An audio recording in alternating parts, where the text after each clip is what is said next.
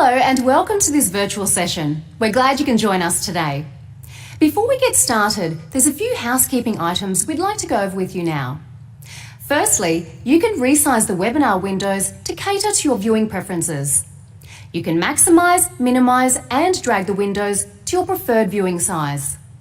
If you look at the bottom middle of your screen, you can click on the widgets that you'll need to get the most out of this virtual experience. Secondly, Microsoft specialists are on hand to answer your questions in real time. So feel free to type in your questions using the Q&A window and we'll answer them as soon as we can. Lastly, we've provided some additional resources for you to supplement your learning. You can access them by clicking on the links in this section. Without further ado, I'll hand over to our speakers.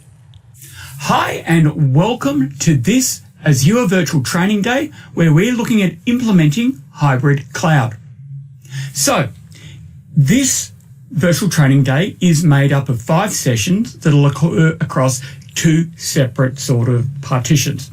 In the first partition, we're going to do 3 sessions. And the first of those sessions, we're going to look at an overview of what hybrid cloud is so that you can understand all of the high-level components that connect your on-premises resources to Azure. In the second session, we're going to look at implementing hybrid identity and hybrid networking. So all of the components that allow you to connect this to that and all of the components that allow you to have a consistent identity experience. The final part of this first partition is going to be about hybrid cloud compute workloads and how you manage those. Anyway, look, I hope you really enjoy this virtual training day. And now we're going to move into the first session. Now, the first session, what's that about? Well, as I said, and let me give you a bit more context about that. This first session is about how we look at all of the components at a high level that exist within a hybrid cloud infrastructure. So let's get into the material. This session is an overview of hybrid cloud.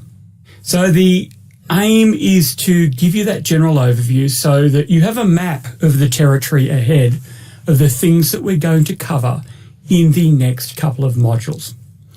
This is unashamedly an introductory level module. So if you're looking for a bit more meat, you're going to get those in the other modules in this session. And in this session, we're going to be bringing up a bunch of examples. And the examples are sort of conceptual examples that allow you to understand how you can use hybrid technologies to solve problems that your organization has. Because one way to think about hybrid cloud is that hybrid cloud is an extension or an upgrade or a set of improvements that you can make to your on-premises infrastructure. Hybrid cloud's not about replacing what you've got with the cloud. It's about integrating what you've got in the cloud. All of the technologies that we're going to talk about in these examples are going to be fleshed out in far more detail by the later modules in the learning path, or of course you can go into docs.microsoft.com or the appropriate MS Learn modules. The idea behind these narrative examples is to provide you with sort of a bit of a break between talking specifically about concepts, but also to allow you to think about these technologies in a slightly different way.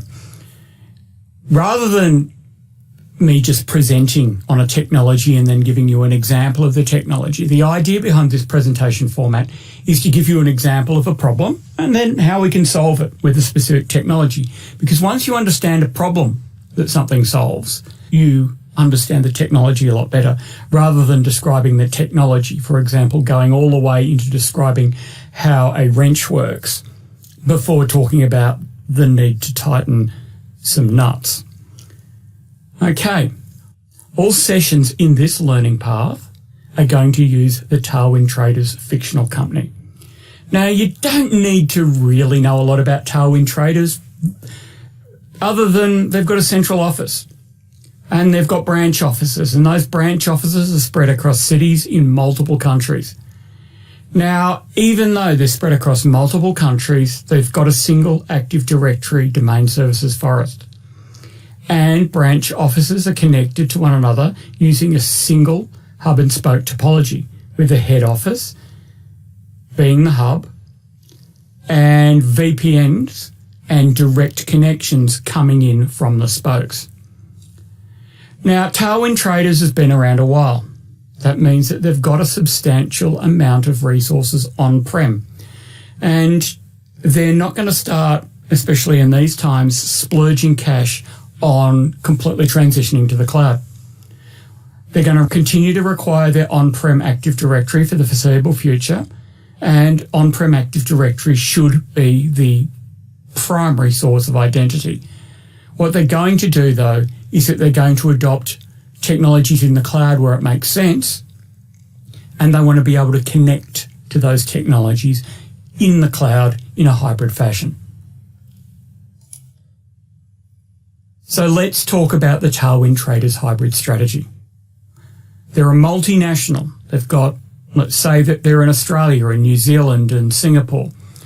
They've got an on-premises deployment. However, that on-premises deployment's been around for a while. They've got aging infrastructure, and their infrastructure's running close to capacity. They've got space in a colo facility. They don't want to hire more racks. They've got servers that they've had since 2008 or 2012, and they don't want to go and buy new equipment if they don't have to. However, they're slowly and steadily growing. Not at a rapid rate, just in a nice, slow, steady rate. And rather than buy those extra racks, rather than expand their on-prem capacity, they're sitting there thinking, you know what we might do is we might extend things into the cloud so that the cloud becomes our buffer. And if we know that we need something, well, then maybe we bring it on-prem or maybe we keep it in the cloud. We're going to see how this thing works. So they want to enhance that on-premises deployment with appropriate cloud technologies. What they don't want to do is they don't want to pick up an existing server that's working perfectly well and just shift it to the cloud because a consultant told them that that's an awesome thing to do. Sometimes it is an awesome thing to do, but sometimes that on-prem server that works really well should be kept on-prem. But new servers, well, instead of going out and buying hardware for them, maybe you go and run those in the cloud.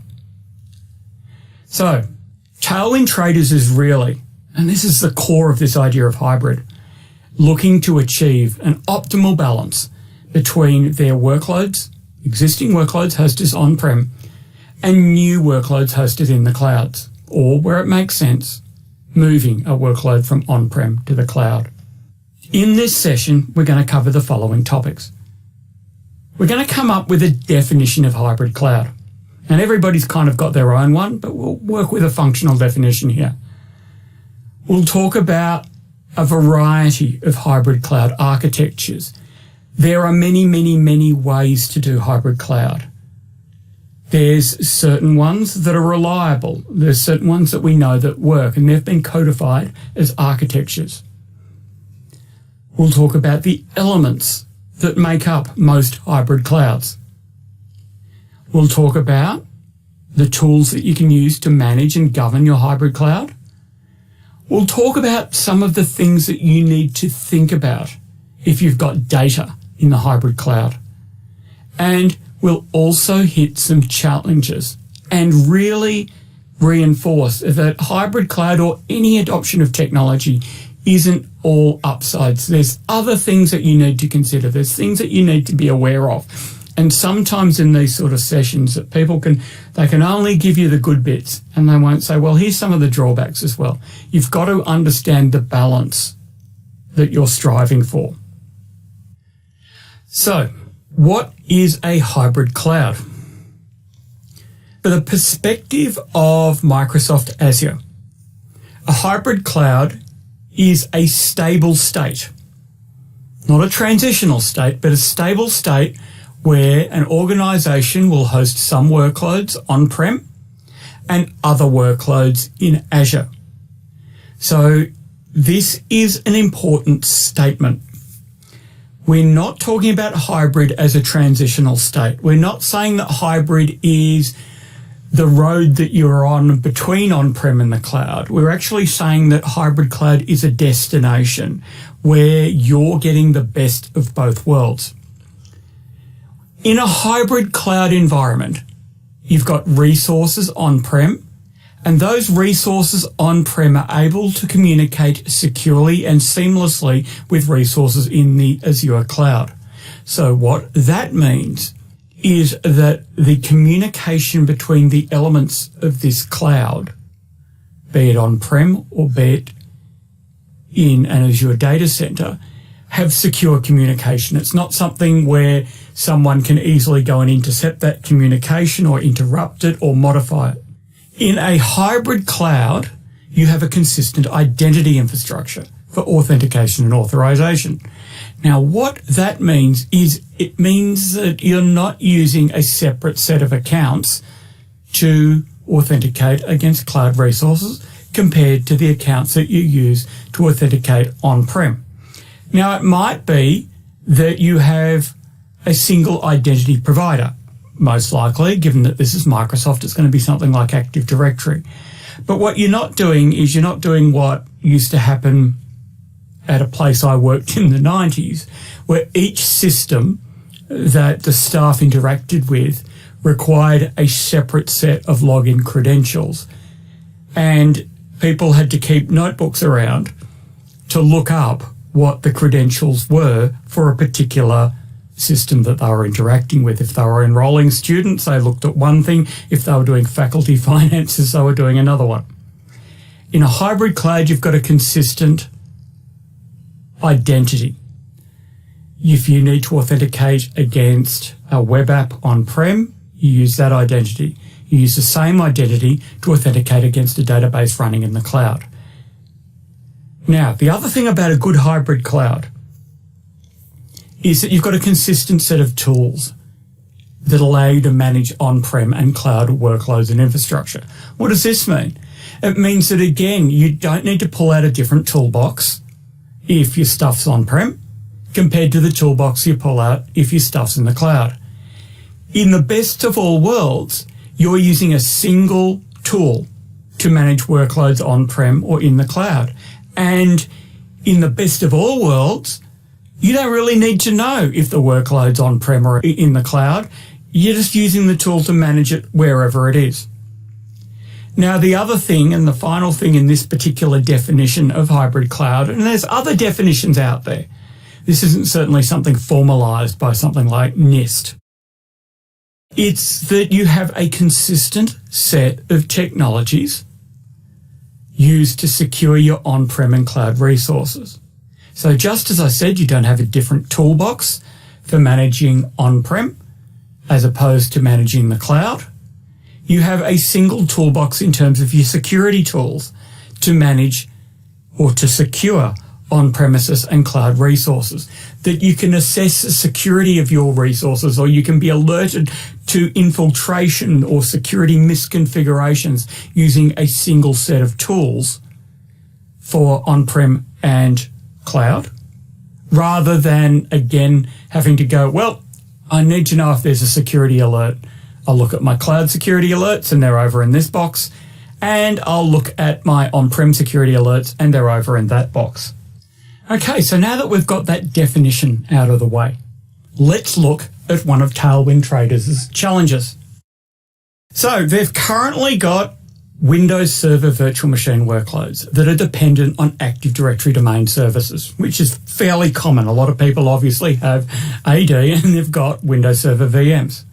Now, in this particular case, these workloads are dependent on an Active Directory schema customization, and that this application or these workloads are present at various branch offices. Now, these workloads are running alongside virtualized DCs on aging virtualization host hardware. I mean, maybe they took Windows Server 2012 R2, put Hyper-V on it, and then put a bunch of VMs there. And this hardware is getting near end of life, working for a certain amount of time before you'll start seeing an increasing number of failures. The reality is, for Tailwind Traders, the workers in these particular branch offices still require access to these workloads. One of the things that Tailwind Traders has looked at is they thought, well, could we migrate or centralise this? And because Tailwind Traders is a multinational organisation, it doesn't make sense to move these workloads too far from where they're already currently located. Okay, so with those challenges in mind, what kind of solutions could we use hybrid with? Well, one of the things that we could do is we could connect each Tailwind Traders branch office to Azure using a VPN or express route. A VPN, virtual private network, is an encrypted connection that runs over the internet. Express route is a high-speed fibre optic connection that runs straight over a private link that doesn't cross the internet into an Azure data center. So what Tailwind Traders could do is they could deploy brand new Windows Server IaaS VMs, that's a virtual machine that runs in Azure, and configure those VMs as domain controllers, and then configure a new Active Directory site in the existing domain to represent that Azure data center. They could move those VM workloads from the aging virtual machine hosts out at the branch offices into the Azure virtual networks that have got the IaaS VM domain controllers. So basically what they're doing is they're replicating that infrastructure that exists on-prem at the branch offices and moves it into the cloud. And that's a case where, okay, the aging virtualization infrastructure doesn't need to be replaced, and the virtual machines are still able to interact with that custom schema. Because there's certain situations where people move stuff into the cloud, and unless they replicate those schema changes, they're not going to work with those VM workloads. So let's look at an example hybrid deployment.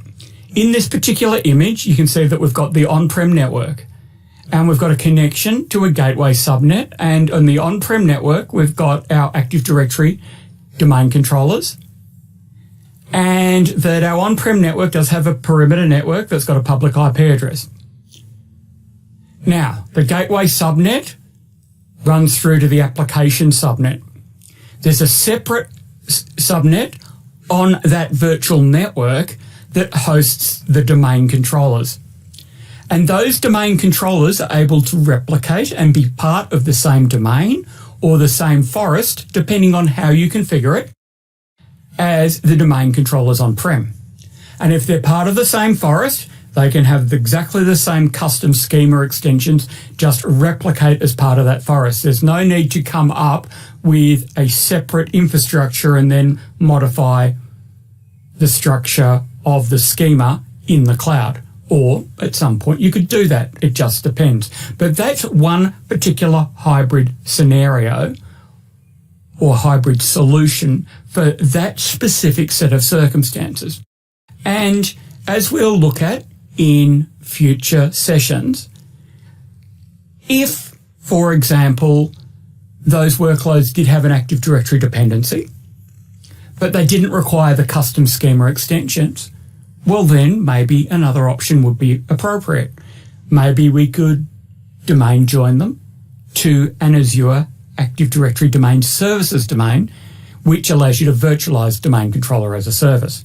And we'll get into that sort of situation in the next session in this virtual training day.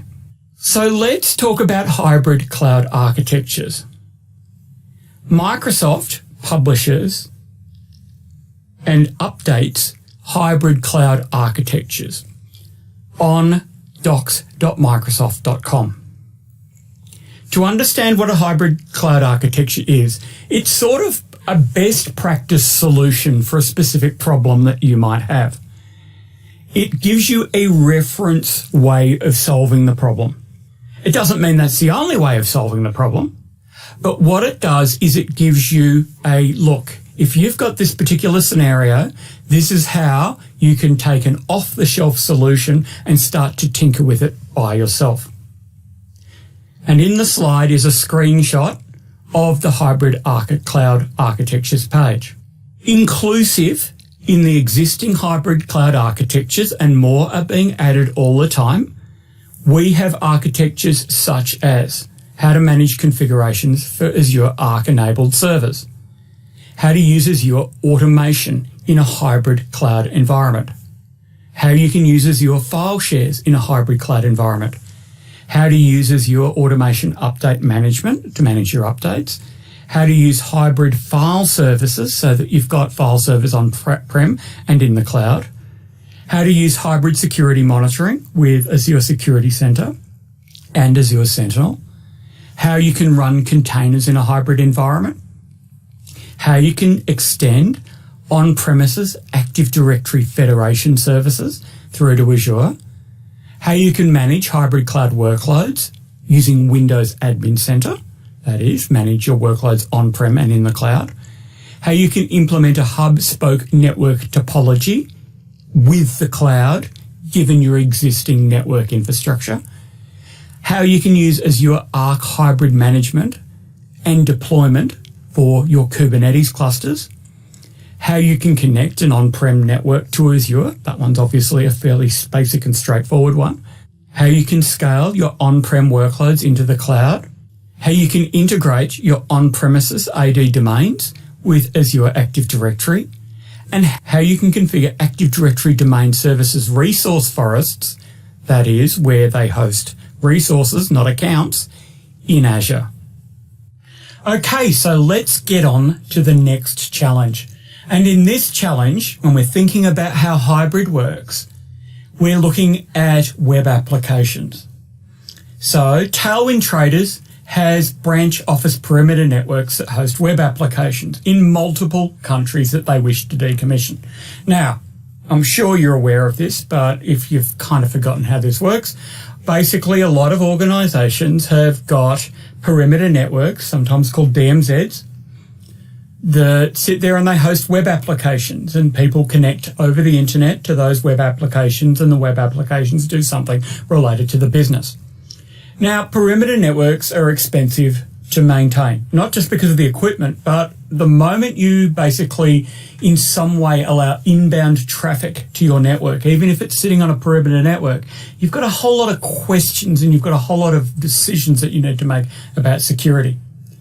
So one of the other things that Tailwind Traders knows is that several weeks a year, when they run an online retail campaign, those applications can simply get overwhelmed with traffic and fail. And this annoys customers, it annoys management, and it of course annoys IT because they get blamed for it all.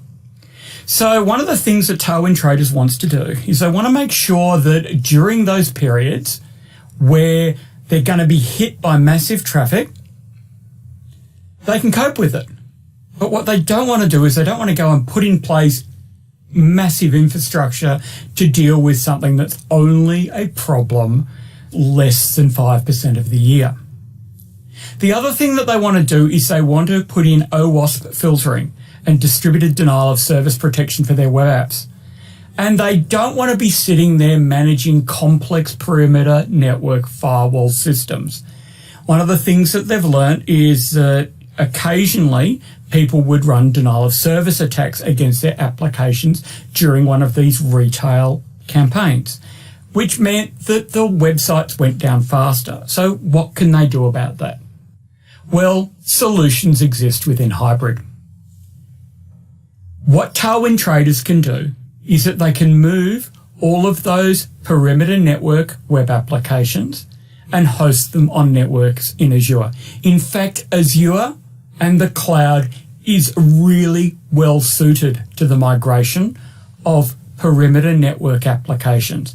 Instead of hosting the perimeter network adjacent to your on-premises network, what you do is you move your perimeter network up to the cloud and you allow the cloud to handle all of that. And then you've got a VPN or an express route connection up to that network itself. Remember, if you've put it in a perimeter network, it is an externally facing application. So it's really suited to running in the cloud. Now, you can protect applications from attacks that are on the OWASP top 10 list. So what's the OWASP? It's basically a list of the top most common types of attacks that are run against web applications. And you can also protect against distributed denial of services, basically by putting in place Azure technologies such as distributed denial of service protection and web application firewall. If you go and put these web apps in the cloud is purpose-built to allow you to scale up and down as your traffic fluctuates. You can configure a web app so that if it starts to hit a certain number of requests, bang, it adds more instances to that, or it adds more powerful instances to that so that it handles the traffic. And as the traffic disappears, the web app shrinks itself back down so that it's running in the most efficient and, more importantly, the cheapest way possible. So let's talk about the elements of a hybrid cloud solution. Your hybrid cloud solution needs to have management, identity, networking, security, and fabric when you think about it. So from the management perspective, make sure you've got a consistent set of management tools to manage on-prem and cloud workloads.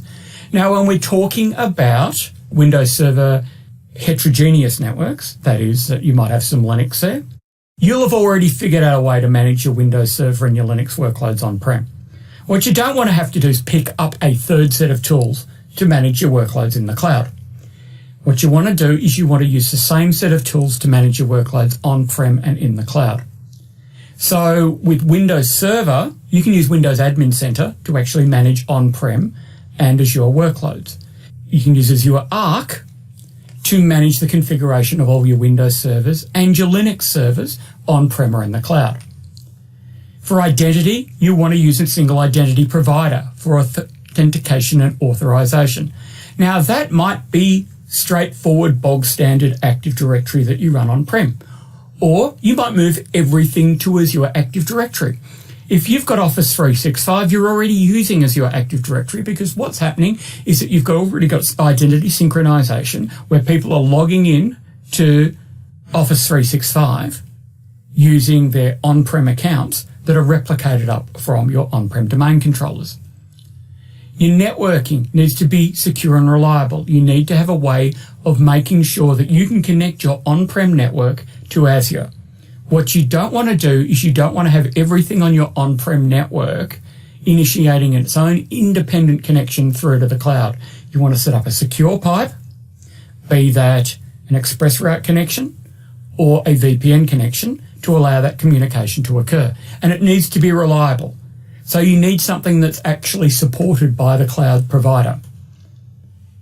You need to have a single set of tools to monitor and respond to suspicious activity. Now, luckily, you've got Azure Security Center and Azure Sentinel, and these can be used to ingest security data and analyze security data from on-prem and cloud resources so that you can go into Azure Security Center or into Azure Sentinel and you can actually look at one console and you can see security telemetry from your on-prem and your cloud resources. The other thing is that you need to make sure your on-premises fabric is managed and maintained as consistently as the cloud fabric. Now, this is a bit unusual when you're thinking about hybrid, but this is more an exploration of where Microsoft is going. And what I mean by that is in the public cloud, you don't worry about managing the fabric. And what I mean is, for example, if you're running a web application or if you're running a database on platform as a service, you don't actually worry about managing the underlying infrastructure. And with products such as Azure Stack HCI, you can actually have your on-prem infrastructure managed by Microsoft. Let's talk about that a bit more. So the Azure elements of a hybrid cloud solution. For management, you can use the Azure portal and Azure Arc, the Azure CLI and Windows Admin Center. So you can use the Azure portal, especially when you've got Azure Arc configured, to do management of on-prem resources. For identity, you've got a variety of options that come with an Azure hybrid cloud solution. You can use Azure AD. You can use Azure Active Directory Domain Services, and you can use Azure AD Connect. And that's all without getting into complex topics such as identity federation.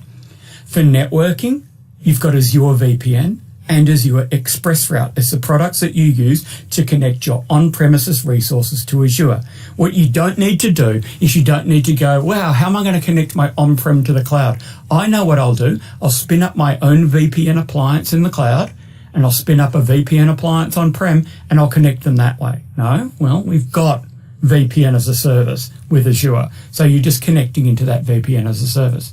For security, as I mentioned, you can use Azure Sentinel, which is a security incident and event management solution, or a SIEM, or a SIM, depending on how you say it. You've also got Azure Security Center. So Azure Sentinel is a way of looking at all of your events and then running queries using Jupyter notebooks against those to find suspicious activity. Azure Security Center is sort of a pre-built set of configuration alerts and best practices and ways of assessing your infrastructure. So if you want to know that if you're compliant with a particular security standard, such as PCI DSS, you can use Azure Security Center to do that. And in terms of Fabric, there is an increasing number of products available from Microsoft in the Azure Stack range. You've got Azure Stack HCI. Now, what does Azure Stack HCI do? Well, instead of you managing your entire virtualization infrastructure all yourself, where you're installing new Hyper-V servers and you're managing and configuring those Hyper-V servers, what you do with Azure Stack HCI is it's basically a box or a bunch of boxes that you put in your data center where Microsoft is responsible for managing all of the configuration of that infrastructure, and all you worry about managing is the actual virtual machines themselves. And then you've got Azure Stack Edge, which instead of just doing the VMs, which you do on Azure Stack HCI, Azure Stack Edge allows you to run those web apps and all of those Azure services on-prem. So if you're in a situation or a disconnected data center situation, let's say that you're in a submarine or on a cruise ship where you still need to run the sorts of applications that you'd run on platform as a service in the cloud, well, you can run them on-prem. But in that case, Microsoft is responsible managing the infrastructure and you're just responsible for managing the applications. So let's come back to a challenge for Tailwind traders. So Tailwind traders needs to keep a large number of VMs on-prem, but has noticed that maintaining the virtualization fabric that hosts those virtual machines is increasingly challenging. Now, downtime occasionally occurs because the process of applying operating system updates, device driver updates, and firmware updates is a complicated task for hyper-converged virtualization infrastructure. Okay, so how do they solve that? Well, let's go back to what we talked about before. Azure Stack HCI would provide Tailwind traders with an option of a fully managed virtualization infrastructure, where Tailwind traders' IT operations only has to worry about virtual machine workloads and doesn't have to worry about managing and maintaining the infrastructure that supports those workloads. Now, many organizations have already started the move towards a hybrid posture. And as I have mentioned earlier in this presentation, the thing about hybrid when you do it properly is that it improves, it enhances your on-prem deployment. As I said, lots of organizations have already got hybrid cloud. If you've got M365 technologies such as Exchange Online, Teams, or are already using Azure web applications, you're already hybrid. So it's already natural for most organizations to actually understand that they already have a hybrid deployment. And you can be incremental about a hybrid deployment. One of the things that people get wrong about the cloud is they get this idea in their head that it's an all or nothing proposition. You can be hybrid. You can have a little bit of cloud or you can have a lot of cloud depending on what you need.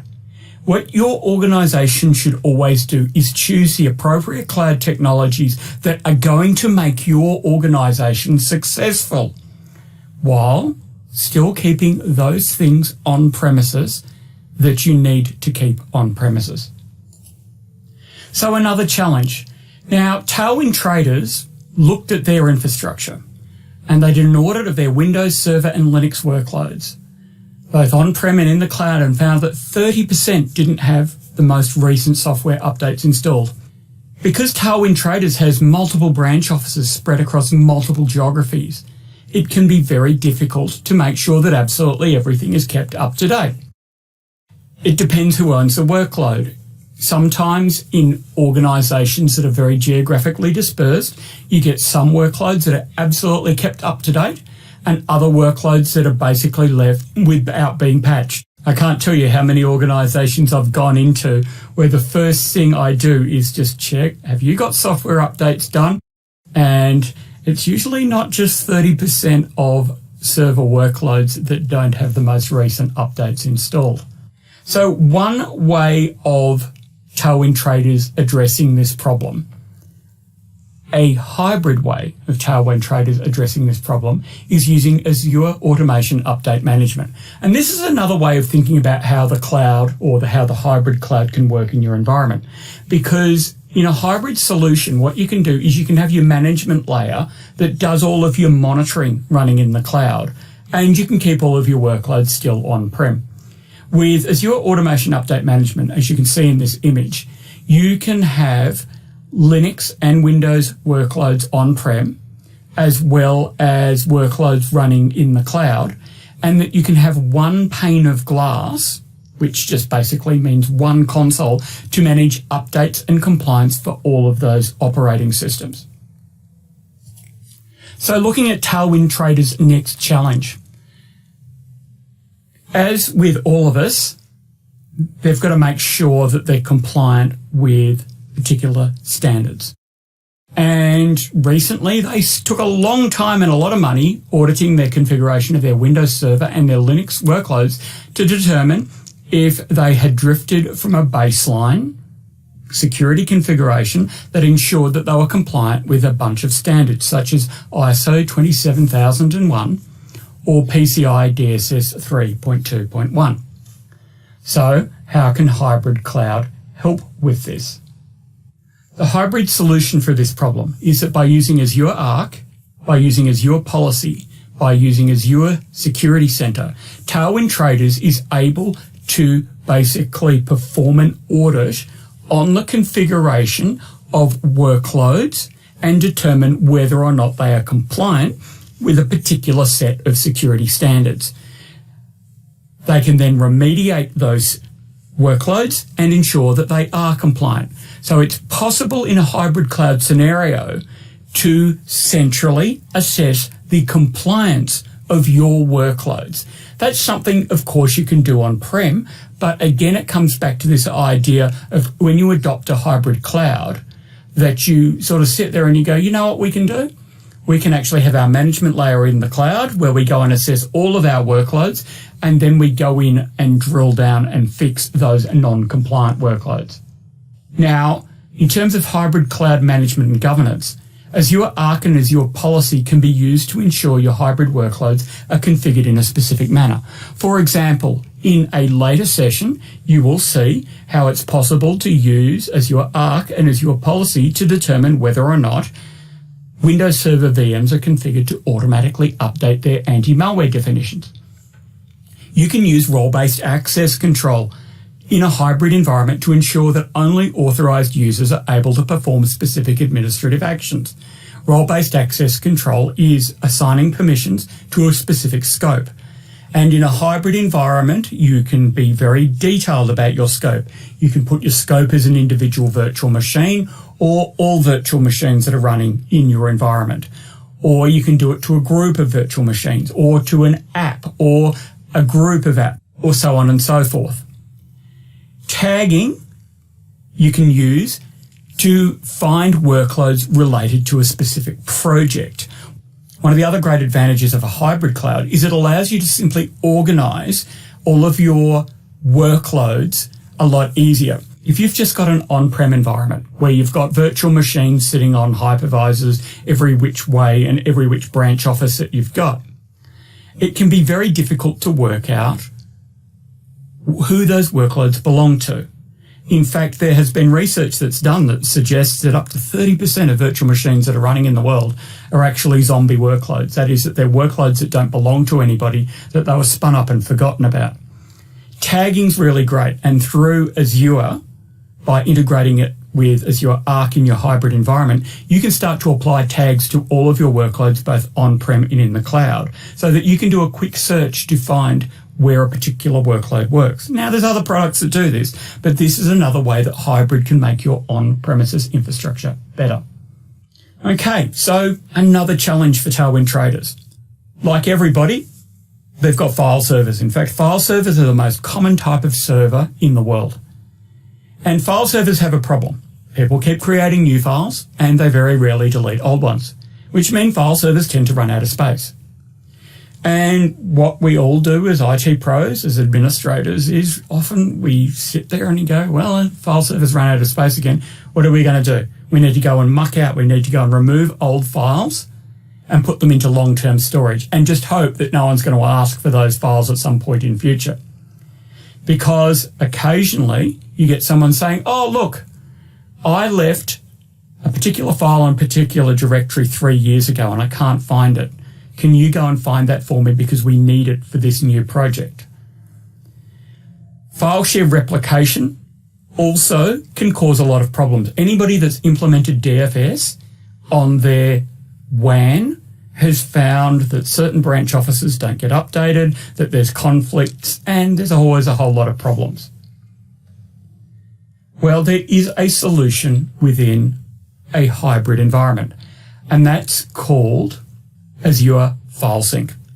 We'll go into Azure File Sync in more detail in a later session, but the idea with Azure File Sync is that you turn it on for your file shares, and then your file shares are automatically replicated up to the cloud. And the cloud keeps a copy of everything.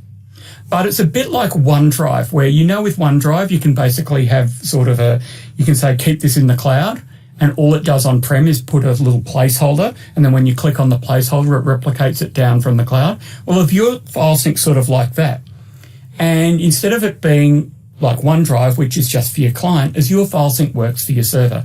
Anyway, you'll learn more about that in a later session. If Tailwind Traders implements Azure File Sync, they can turn on cloud tiering, and they could turn on Azure File Sync to automatically tier any file that hasn't been accessed for 30 days. So with OneDrive, you've got to do it manually. You've got to say, hey, let's put this folder up into the cloud. With Azure File Sync, it'll say, hey, you haven't touched this for 30 days. Bang, I'm automatically going to go and tier that for you. And if you're a user accessing that file on the file share, you've got no idea whether or not it's been tiered or not. But if you try and open it, what happens is it syncs back down from the cloud and then opens normally. You can also have additional file servers, so that file servers all across Tailwind Traders deployment across multiple countries can all have a copy of the same file share. You have a source of truth sitting in the cloud that holds everything. Because remember, cloud file shares can be as big as you want. Your on-prem file shares might only be a couple of 100 gigabytes in size. You can also configure the file share to be backed up every day. And instead of doing the backup on-prem, you just run the backup in the cloud. And if someone deletes a file, well, you come back and you recover it in the cloud, and then that recovered file is available to all instances of that file share. In terms of data in the hybrid cloud, think about it this way. One of the ways that hybrid cloud can really make things better for you is that storage in the cloud is cheap and functionally limitless. I mean, not in reality limitless, because you can't put an infinite amount of data up there. But the cloud can act as a store for as much data as you can throw at it. You can put it on colder storage, slower storage, and when you put it on slower storage, it's cheaper to keep, but you can keep a lot of it there so that you can access it when you need to. It might take a little longer to pull down, but you can keep as much data as you want in the cloud. That's a lot more efficient than sort of the old way we used to do it, where we put it on tape and then ship the tape off to an archive facility. And Azure File Sync can be automatically configured to tier cold data that no one's using anymore, to an Azure file share, so it's easy and cheap to store. Okay, so we're going to finish this introductory session with a set of best practices and some challenges. So let's start with the best practices. Make sure you're using a consistent set of management tools for your on-prem and cloud workloads. You don't want to have to become an expert in lots of different tools to be able to manage your hybrid environment. You should manage your hybrid environment in a consistent manner. Make sure that consistent security policies are applied to hybrid workloads. It shouldn't be that your workloads in the cloud are really secure and your workloads on-prem are any which way but loose. You should make sure that the same security policies apply to on-prem and to the cloud, that your Linux machines are configured in a certain way, a certain secure manner on-prem and in the cloud, and your Windows machines are configured in a certain way that's secure on-prem and in the cloud. Make sure that backup and disaster recovery is configured for all of your workloads. Don't assume that because you deploy something in the cloud that it's automatically being backed up. It's a big mistake a lot of people make. You know when it's on-prem that you've got to back it up. Why? Because you've learnt the hard way that if you don't back it up on-prem and it fails, you've got no other options. But the same thing can apply in the cloud. And we'll have a session later on about talking about backing up and disaster recovery in hybrid environments. Make sure you track workload costs on-prem and in the cloud. There's tools that allow you to do it in the cloud, but you should also be aware of what your costs are on-prem. When someone asks you how much it costs to run a server or a virtual machine workload on-prem, you should have a ballpark figure in mind to provide them with.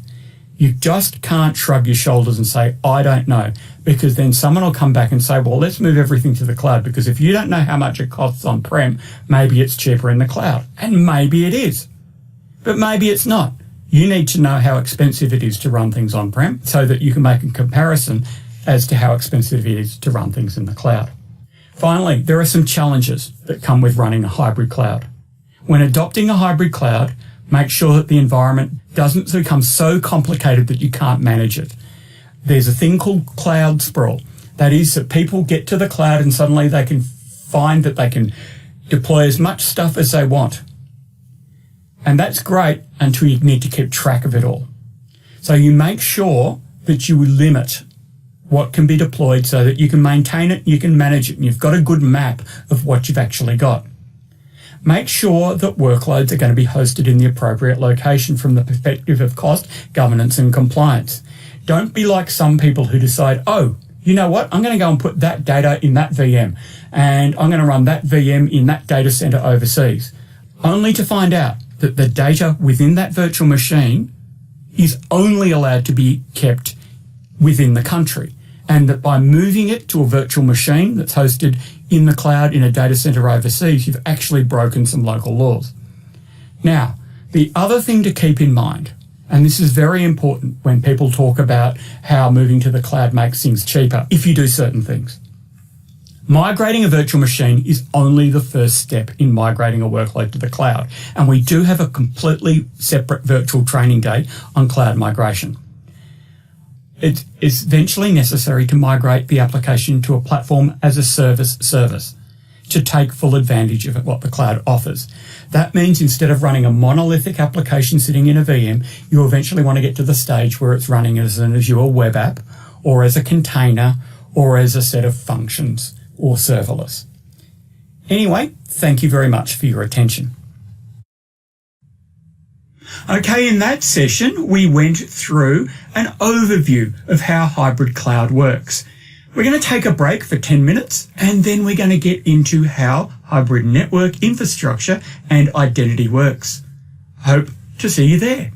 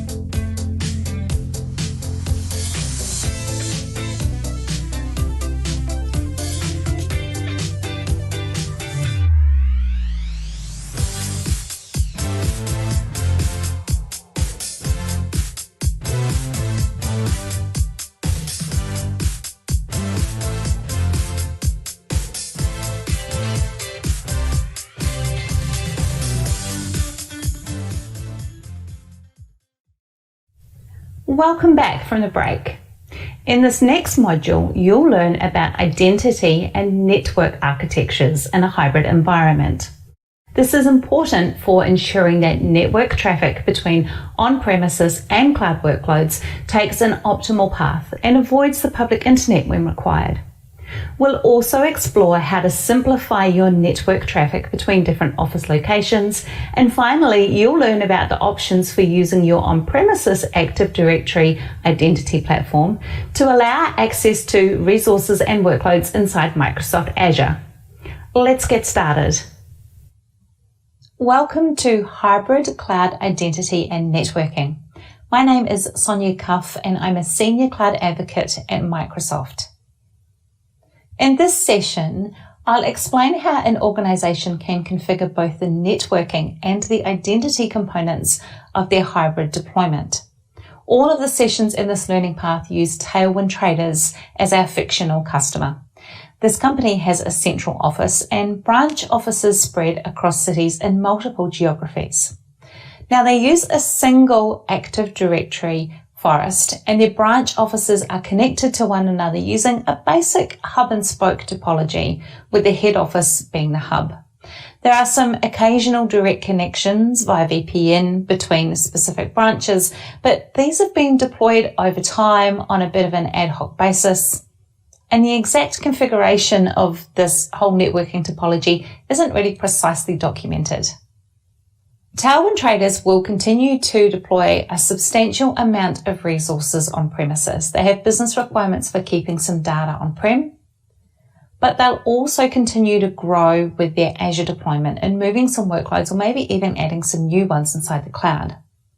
For the foreseeable future, they need to keep their on-premises Active Directory as their primary source of identity. From a networking perspective, not only do they need to ensure that they have easy connectivity between their branches and their head office into Azure, but also between each of their different branch offices with one another, they need to make sure that those network connections are secure and reliable as possible. So which hybrid networking and identity model should Tailwind Traders use? There's more than one way to configure this, so let's jump in and have a look at your options.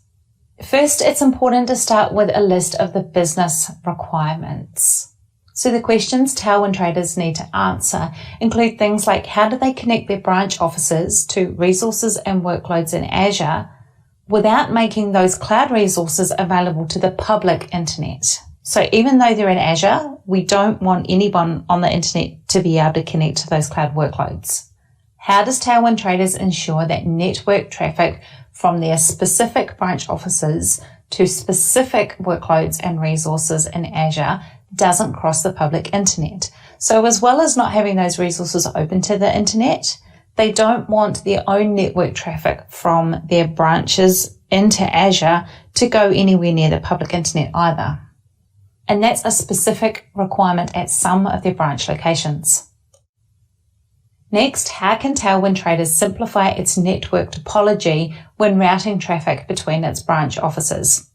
Now that they've experienced a bit of growth and they're in a bit of a mess as people have joined the company and created these environments and maybe even left the company, it's time to consolidate and simplify this network topology across all of their locations. And last but not least, how can Tailwind Traders restrict access to resources and workloads inside their Azure data centers using their on-premises identities? They've got a significant amount of investment in capital in the user accounts and identities that they've been building up on-prem over time. So they want to keep using that. And they may have specific, say, even line of business applications that require that kind of identity to be used to authenticate into the applications. To help answer those, we're going to look at a couple of different networking technologies and how you can set up a hybrid structure for your identity requirements. Today we'll look at Azure VPN, Azure ExpressRoute, Azure Virtual WAN, and a hybrid identity scenario. Starting with Azure VPN. You may be familiar with configuring a VPN on a network device so that remote workers can log in securely via a tunneled VPN network connection, for example. In this case, what we're doing is we want to create a VPN connection into Azure. You're still going to require a gateway device on premises in your physical location. But Microsoft manages this VPN connection and guarantees 99.9% availability for the VPN gateway service in Azure at the Azure end. It's important to remember that there's no guarantee on the reliability of the connection to that gateway in Azure as it crosses the internet. So there are a significant number of networking components that are outside of Microsoft's control, which could affect that VPN reliability. That's just how networks work. The maximum bandwidth per VPN connection is up to 1 gigabit per second, and it may be necessary to have multiple connections depending on the size of your environments. With this VPN gateway, we have encrypted traffic passing across the public internet. So we're not creating any physical private connections, but we are doing end-to-end encryption on the traffic that's going across the public internet. From an architecture perspective, we've built up a complex picture here of how you could connect this all together. So for Tailwind traders, we have their on-premises environment with their gateway appliance that is going to be their physical end of the VPN connection.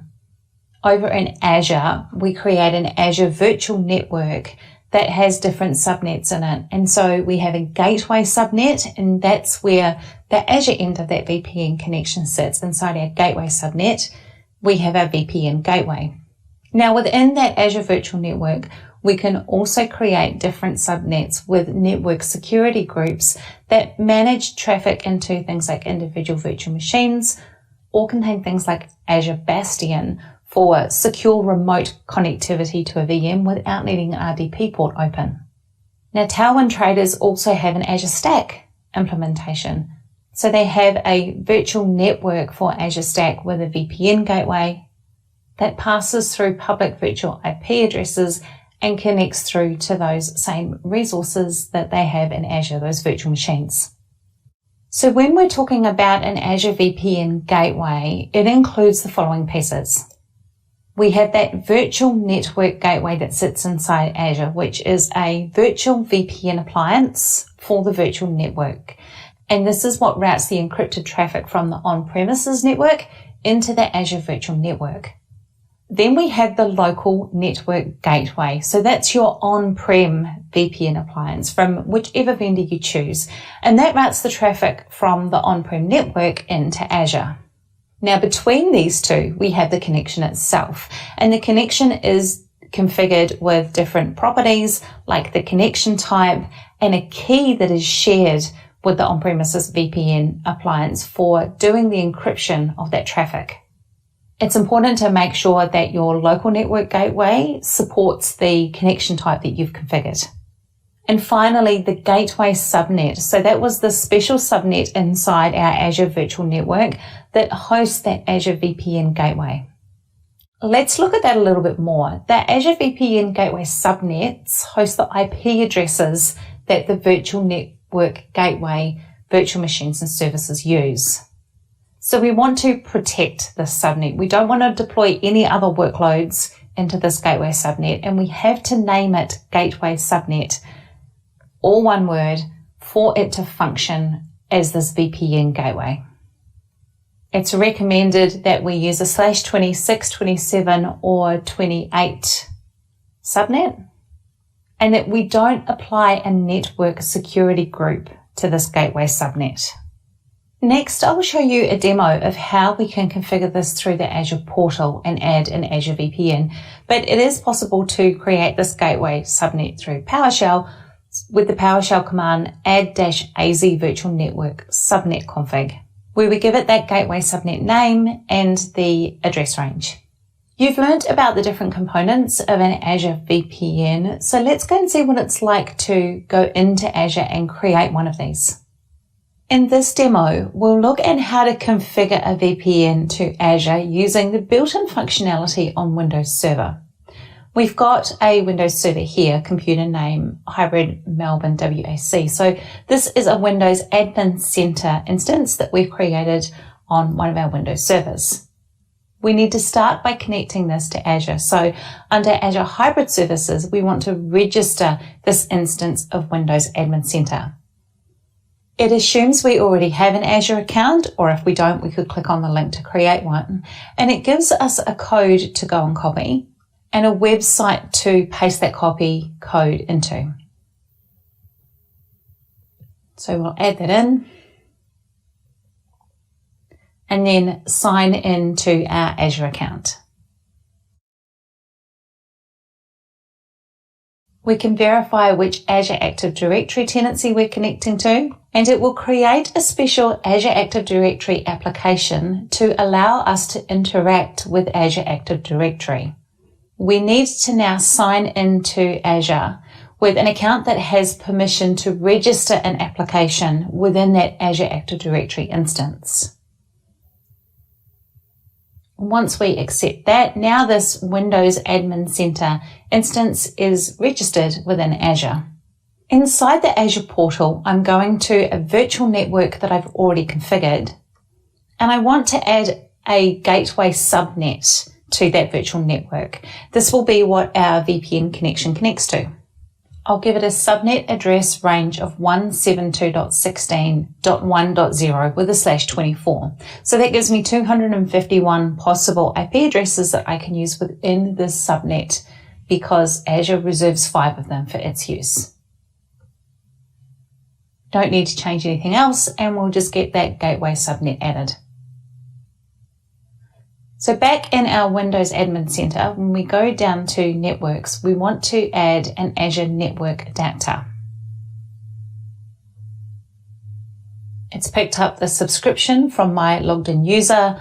I'll select a location for it and the virtual network that I'm connecting to. It fills in that gateway subnet address based on what we created inside that virtual network. And then the gateway SKU is just the size of the gateway that we want. And the different SKU sizes inside this have different capacities and capabilities. Now I need to add the client address space, and I'm going to choose 172.16.2.0, which is adjacent to that other 1.0 address that we had before. And then I just need to click Create. This submits the creation to Azure. It will go and configure a VPN device in Azure, and it will configure the VPN connection on this Windows server. So you can see that it's automating a lot of the process. We haven't had to go into different places and configure things manually. This little wizard, now that we've got our subnet set up, is going to go and do the VPN configuration on both sides of the equation for us. You might think that going to the cloud means putting all of your workloads in the cloud, but there are some business decisions that you have to make based on your particular scenarios. What kind of data are you dealing with? Are there any regulations or compliance around that data, how it's stored and how it can be transferred? And those kind of business requirements influence the design decisions you make about the types of traffic you're happy with traversing the public internet, whether you need to investigate using an Azure Express Route connection, or whether some of the data, the applications and the traffic to that has to remain on premises. If you do need a dedicated line to Azure that won't go over the public internet, you can look at Azure Express Route as an option. Now that connection can be provisioned up to 10 gigabits per second, depending on the provider who's providing this connection. And it can support dynamic scaling of bandwidth. So you're not always paying for the largest amount of bandwidth you think you might need. You can scale up when you need it.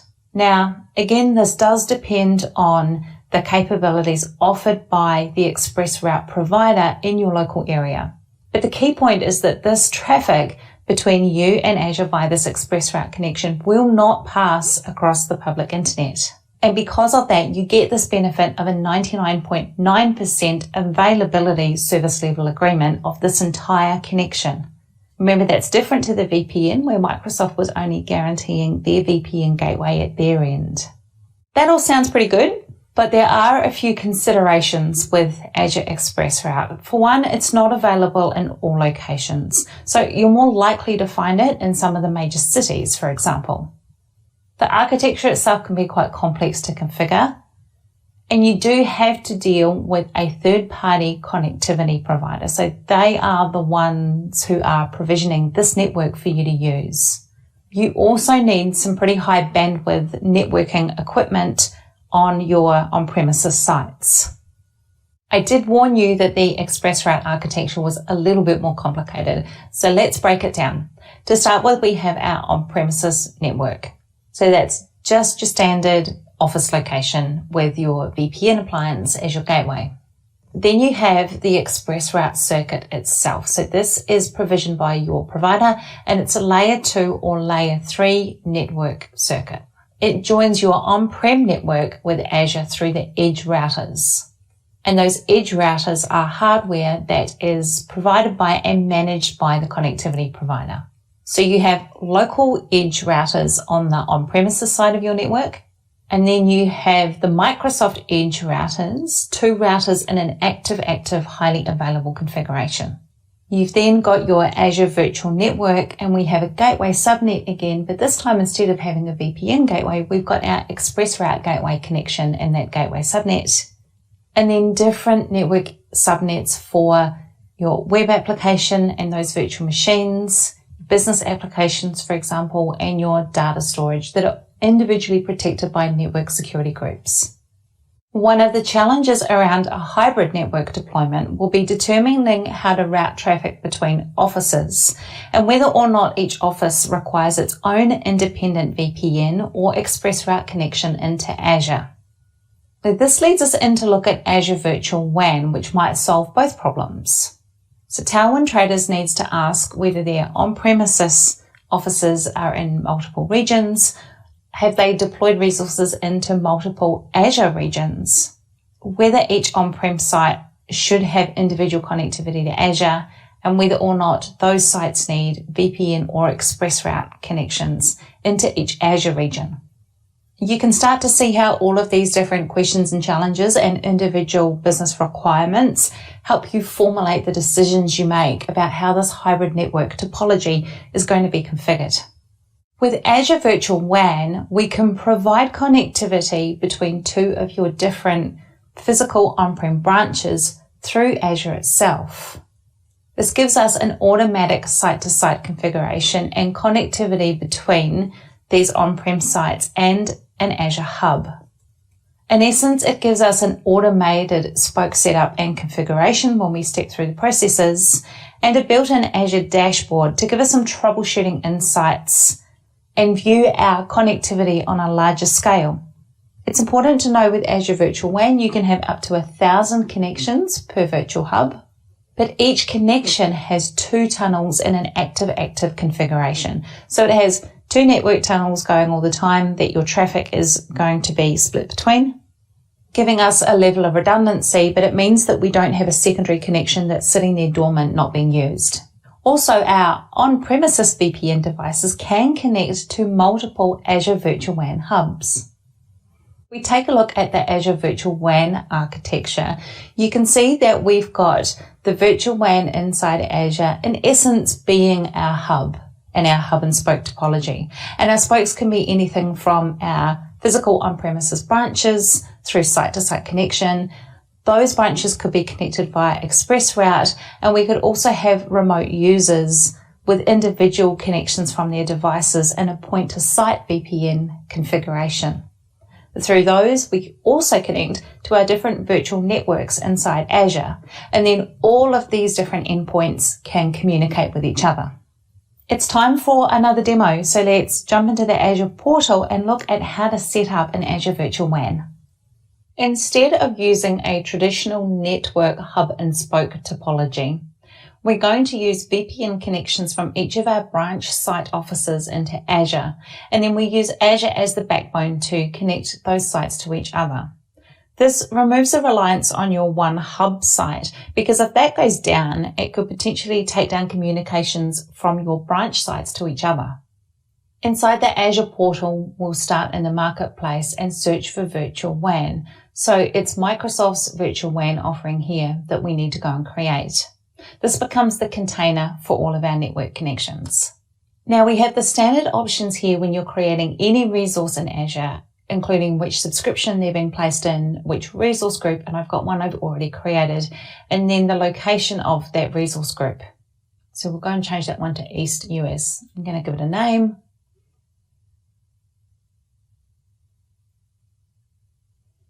And here I get to choose what type of virtual WAN. There's two types, standard and basic. Now, standard allows for a wider range of connectivity options than basic does, and that includes things like ExpressRoute and user VPNs known as point-to-site VPNs. The basic type for a virtual WAN only supports site-to-site VPN connections, but it's priced cheaper.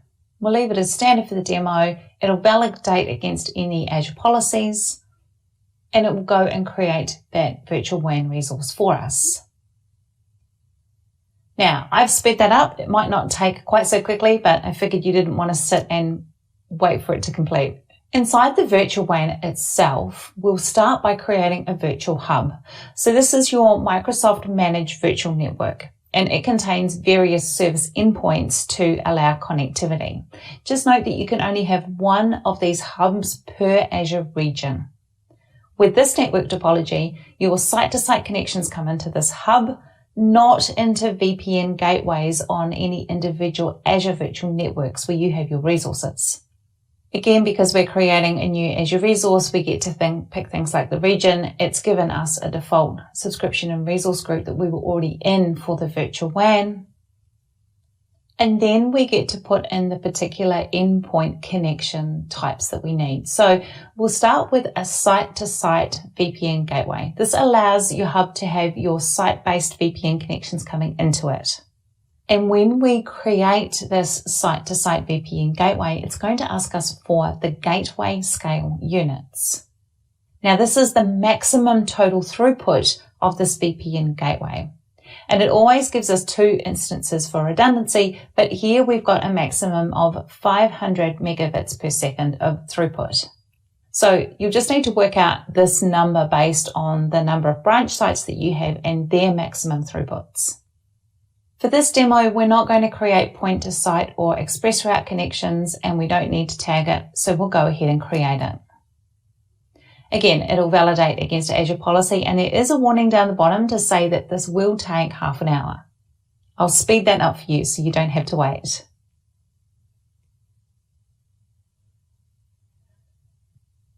So now our deployment has been created. We go and have a look at that hub resource that we've just created.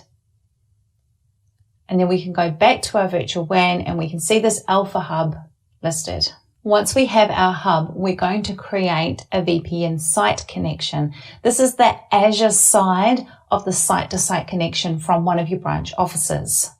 Again, because it's an Azure resource, we need to put the region in. And we want the region where that branch site office is going to be connecting in from, the closest Azure region to that physical location of our on-premises office. I'll create one from Melbourne, Australia, and add in the device vendor name of the VPN appliance. Next, you can turn on Border Gateway Protocol, or you can specify the private address space of that branch site office. Border Gateway Protocol offers dynamic routing, but your on-premises firewall needs to support it. So to keep it simple for this demo, we'll just specify the on-premises private address space of that office. And we want it to connect to that hub resource that we just created. I'm going to enter the link name, the internet provider name, and the speed of that particular branch link, and the IP address of that on-premises gateway device. Let's review and create that. And now we have this VPN site set up, so the Azure side of that Melbourne VPN connection.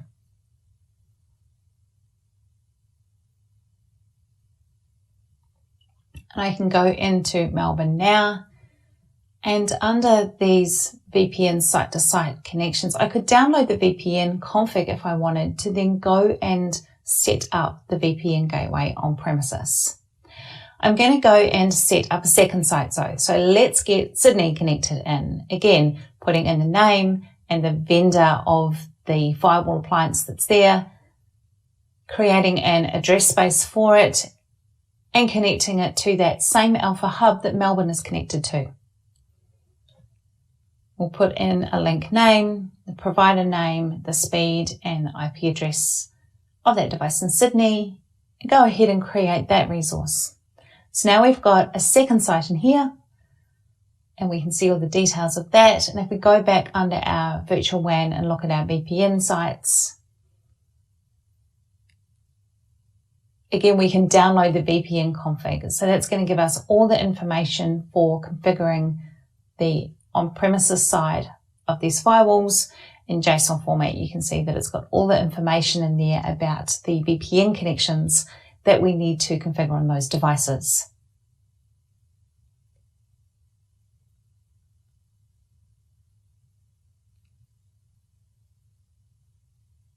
So far, we've connected two sites, Melbourne and Sydney, to each other through our hub. Now, if you wanted to create individual devices to connect using a point-to-site VPN, you could use this create user VPN configuration here and add those kind of point-to-site VPNs. We won't do that for the demo, but instead we'll look at adding an Azure Virtual Network connection. So if you have virtual networks in Azure that have got cloud resources in them and you want those sites to connect, we can add the Azure Virtual Network into the hub so that Melbourne and Sydney can connect to these resources in the cloud too. Add a new virtual network connection and connect it to our hub, and again choose a subscription and a resource group and connect it to our VNet Alpha, our virtual network that already exists inside Azure with some resources in it. Next, you do have the capability to build some different routing tables and configure different static routes, for example, for more complex networks. We don't need to do that here, so we'll just use a default route table and we'll create this virtual network connection. Let's go and add another one. We'll call this one beta and we'll pick the same hub to connect to. But this resource group and virtual network is in maybe a different Azure data center, and we'll add it to the same route table. Okay, so now we've got two Azure virtual networks connected to our hub with our two sites, and they're all routing with each other via this hub and spoke topology, all inside Azure. Once we have our networking topology figured out, how do we handle identity? If we've got user accounts sitting inside Active Directory in our Windows server on premises, we have a number of options for how we can configure our Azure resources to be able to use those identities. Our options start with our Active Directory domain services inside Azure. So this is where we are deploying servers that are running Active Directory as domain controllers inside Azure as virtual machines, as a separate site, a forest, or a domain. And they're connected back to our on-premises environment and our other domain controllers using a VPN connection. We could also use Azure AD Connect. So with Azure AD Connect, we can synchronize those identities from our on-premise Active Directory into Azure Active Directory. And then the resources we've got inside Azure will use Azure Active Directory to authenticate and authorize those user credentials. It means that the login process happens and the Azure resource doesn't have to try and communicate back to a domain controller on-prem to do that authentication and authorization. Now, another option is Azure Active Directory Domain Services. And with Azure ADDS, it's domain controllers as a service, where Azure provides a service that acts like an Active Directory domain, but you don't have any domain controller virtual machines to manage and operate. With this, we can domain join our virtual servers that are sitting inside Azure to our domain. When we're talking about Active Directory domain servers inside our Azure architecture, this diagram shows Contoso.com having a physical branch with their VPN gateway and their standard Active Directory servers. They connect to Azure through their VPN gateway. And then inside the virtual network in Azure, we have these ADDS servers. We're putting them in a separate subnet and we're protecting them with a network security group to provide a firewall to protect against unexpected traffic sources. Now that gateway connection between the on-prem network and Azure provides the synchronization between the Active Directory servers that we have on premises and the Active Directory servers that we're running in the cloud. With this configuration, you are still responsible for sizing the virtual machines inside Azure for these domain controllers and managing them like you would a standard on-prem AD server. Azure AD Connect is a different architecture because we don't have those domain controller servers anymore inside Azure. Instead, in our on-premises network, we have our standard domain controllers and our clients, but we also have a server that is running the Azure AD Connect sync service. Now, it's responsible for transferring the data between the information inside the domain controller in our on-prem Active Directory into our Azure Active Directory tenant. There are some technical details in terms of password hash sync and password write back and how all that works, but this isn't a pure identity session. So if you'd like some more information on that, check out the information at docs on Azure AD Connect. But just briefly, from a sync perspective, we have this automatic sync going on in the background that keeps up to date with changes in your on-prem Active Directory and synchronizes information through to your Azure Active Directory tenant. Your on-prem Active Directory remains the primary source of authority for creating new user accounts, changing details about those users, for example, and it will synchronize those changes through to Azure AD. It's important to note that that sync is never synchronizing a copy of what the user's password is. It's synchronizing a hash of that password. It's demo time again. So let's say that Tailwind traders have a server, a Windows Server virtual machine sitting inside Azure, and they'd like to be able to sign onto that Azure VM using credentials that are inside their on-prem Active Directory. This demo is going to step through the process of creating a virtual machine and enabling it to be logged into using credentials from Azure Active Directory. Now, this is different to using Azure Active Directory domain services, where we would actually domain join that Windows server to a domain. So this doesn't do that, but it still lets you log in with an Azure AD account. Now, that Azure AD account may have been created inside Azure Active Directory natively, or it might be syncing from an on-premises AD environment. There's some important steps that we need during the creation of this virtual machine. So in the Azure portal, we'll go to virtual machines and we'll add a new VM. We'll put it into an existing resource group.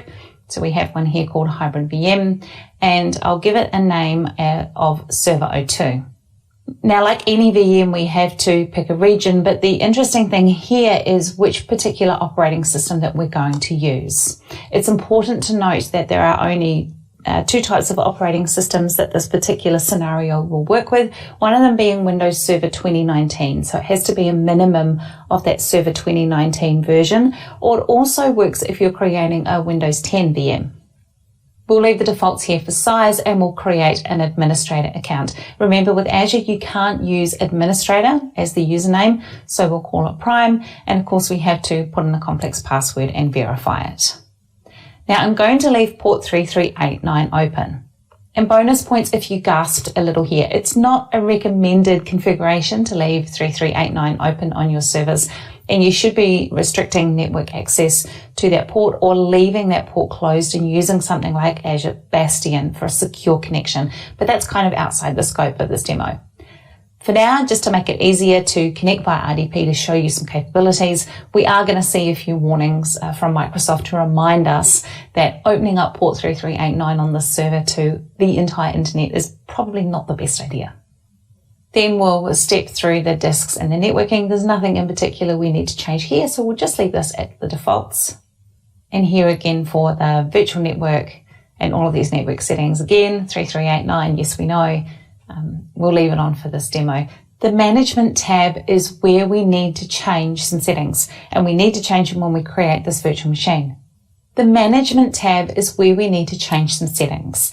Now the review and create box is blue, which means we could go and just create a VM now with all of these defaults set, but there are two particular settings that we need to change in here.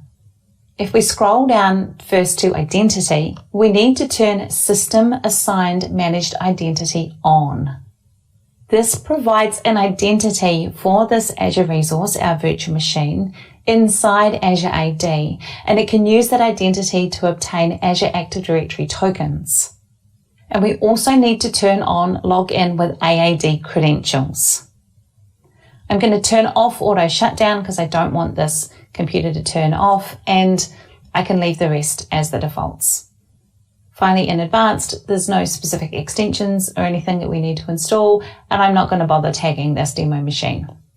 So now it's going to go through the review process and check that all of these settings that we've put in place for this virtual machine that we want to create aren't contradicting any Azure policies that are being enforced in this place where we're creating it.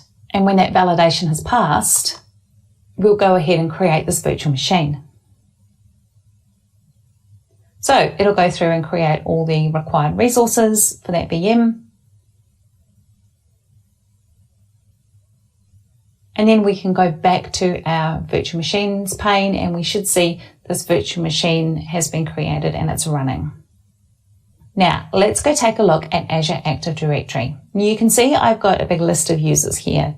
For testing purposes, I've got Gamma user and Jupiter and Mercury, Venus. And if I go and take a look at Jupiter, for example, you can see down the bottom that the source says that this is an Azure Active Directory user. So this account was created natively in Azure AD.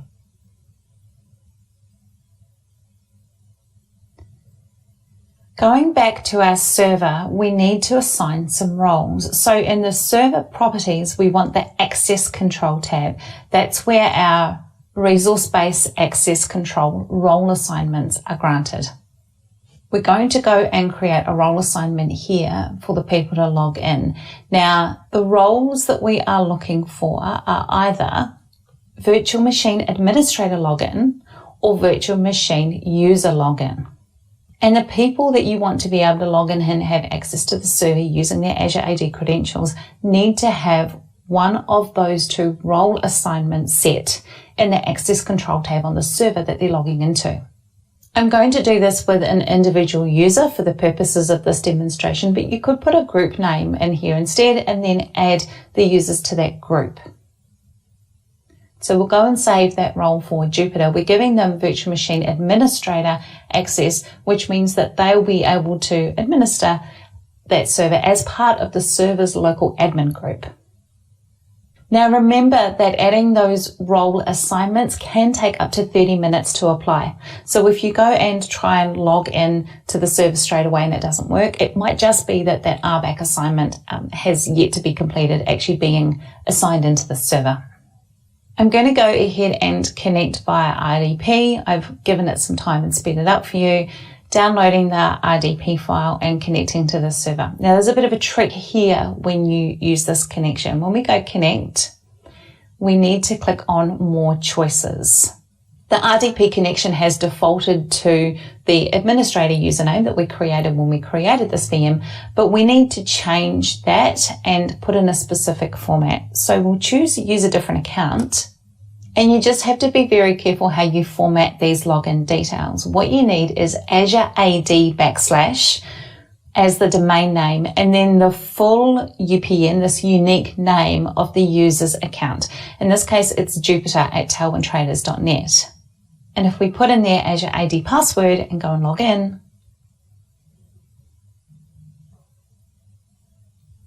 It's now going to authenticate with Azure Active Directory for that user, but let me log into this particular server. Remember, we set up Jupyter as being a virtual machine administrator login. So they've got the option in here to shut it down, but we're going to disconnect from this session to leave the server running. Let's go take a look at a different user account. If we go back to Azure Active Directory, and we'll use Mercury Venus. Now with Mercury Venus, you can see that their source is set as Windows Server AD. So we know that this account was initially created in an on-premises environment inside Active Directory from Windows Server, and it has been synchronized into Azure Active Directory. So similar process, we need to go back to our virtual machine into our access control blade. And this time we're going to add a role assignment in here. So we can see we've still got Jupyter, but we're going to add a role assignment for this other user. So we'll also make them a virtual machine administrator login, give them that role, and add Mercury Venus.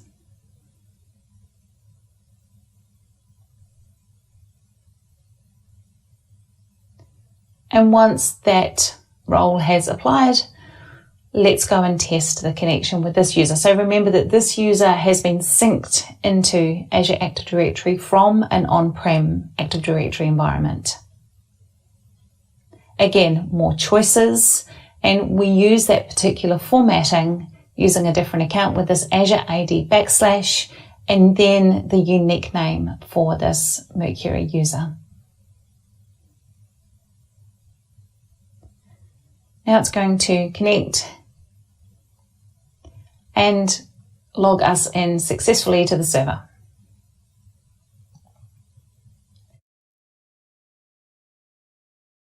The virtual machine user login role, they wouldn't be able to shut the server down. They'd only be able to disconnect their session because, of course, we don't want users shutting down the server thinking that they're logging off and shutting it down for everybody.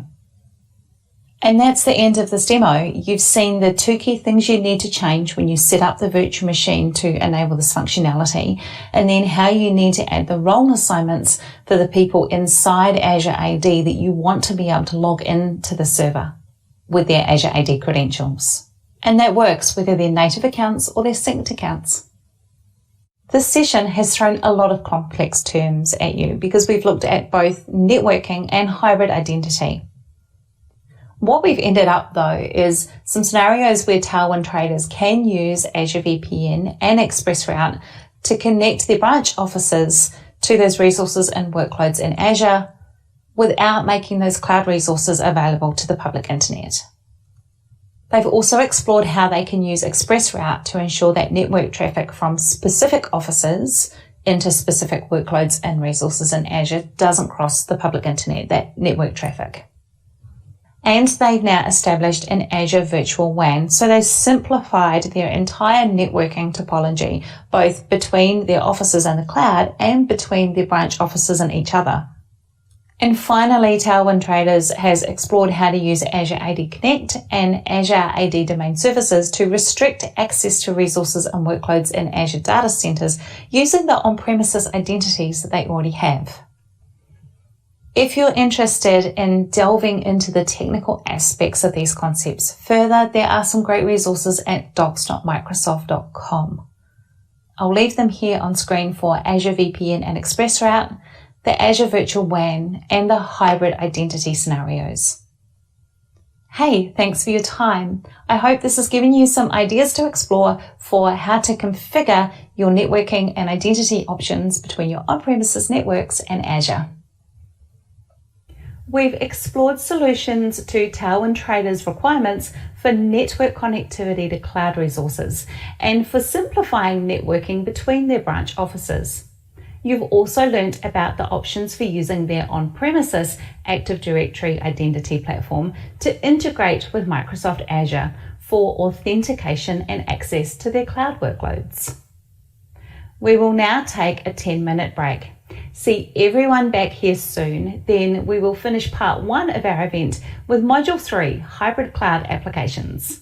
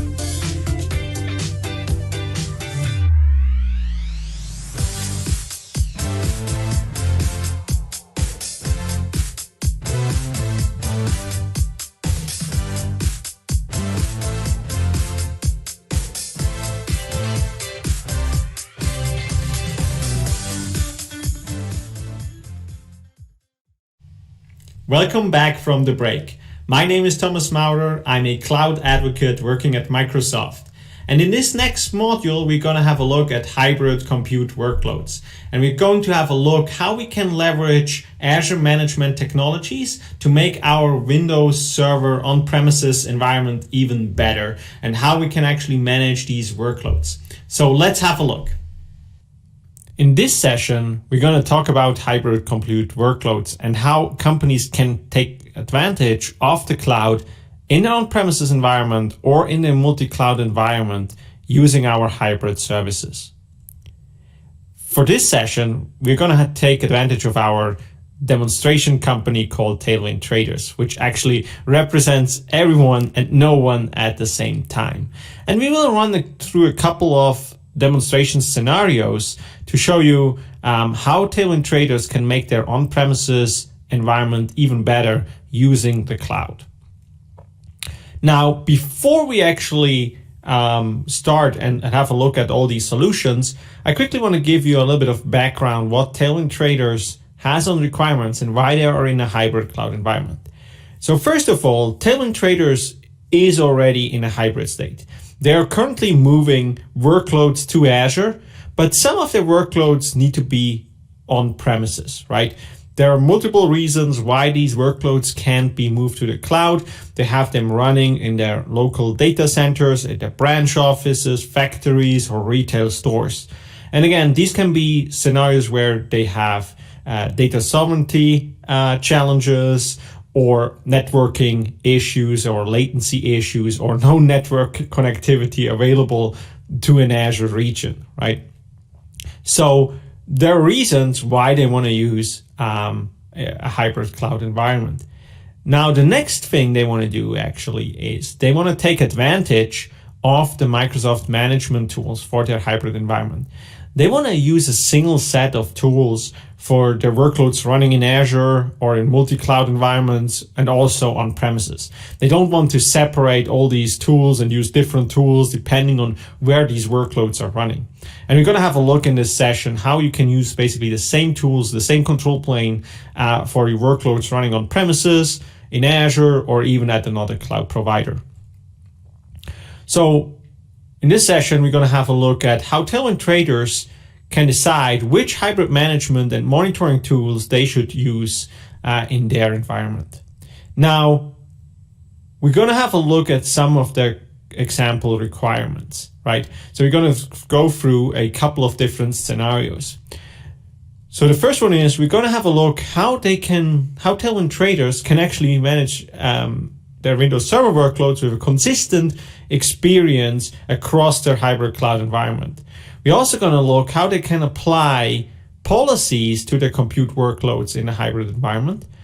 And we're going to have a look at how Tailwind Traders can simplify the management and maintenance of their on-premises virtualization fabric, as well as how they can make their file servers more efficient, taking advantage of the scale of the cloud. And then also, last but not least, we're going to have a look at backup and disaster recovery strategies for their Windows Server workloads in a hybrid environment. So we're also going to have a look at a couple of different tools and services. And again, just in case of time, we can't hit all of the possibilities we have in Azure and with our Microsoft tooling. However, we will have a look at a couple of different technologies and services. So we're going to start a little bit with Windows Admin Center, which is our new web-based server manager, if you will, and allows us to manage Windows Server as well as, for example, Azure Stack HCI. We're also going to have a look at Azure Arc-enabled servers, which lets us connect on-premises servers or servers running at another cloud provider to Azure Resource Manager, so we can take advantage of the Azure control plane and start onboarding Azure management services, such as, for example, monitoring. We then also have a quick look at Azure Stack HCI, which is our hyper-converged infrastructure, and how you can leverage that for your on-premises deployments. We're also going to have a look at Azure FileSync, again, taking advantage of the cloud for our file servers. And at the end, we're going to have a look at Azure Backup and Azure Site Recovery when it comes to our backup and disaster recovery strategies. So let's get started with Windows Admin Center. Windows Admin Center, you can see here a screenshot, is a web-based management console to manage our Windows Server infrastructures as well as clusters, Azure Stack HCI deployments, and so on.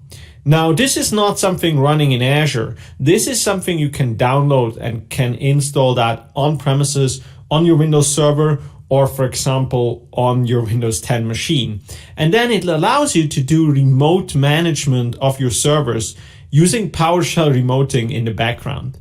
Now, Windows Admin Center at the same time lets you do a couple of management tasks, like all the regular things you need to do, like device management, event viewer, the new performance monitor, and much, much more.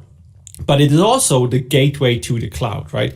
It allows you easily and simply onboard Azure services like Azure Backup, Azure File Sync, and many, many more to your Windows Server environment. And we're going to have a look at that, and we're going to do most of our onboarding using Windows Admin Center.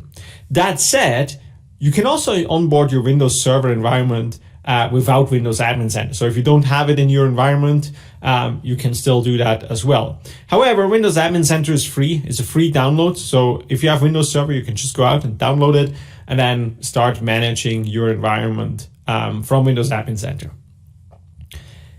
It then also helps you to do like remote desktop and PowerShell session to the servers you manage. So as I mentioned in the backend, it's using PowerShell remoting to manage these servers.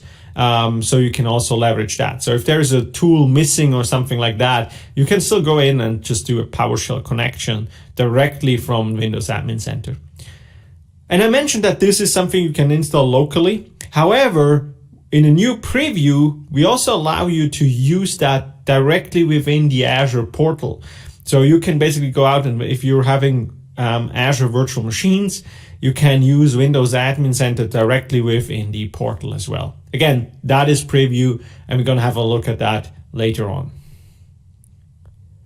So now I mentioned that Windows Admin Center can run locally. So this is our on-premises deployment. So one thing we can do is we can obviously then manage with Windows Admin Center our local servers, right, in our on-premises environment. But then we can also go out and say, hey, we have a couple of Azure machines and we also want to manage these directly from our Windows Admin Center.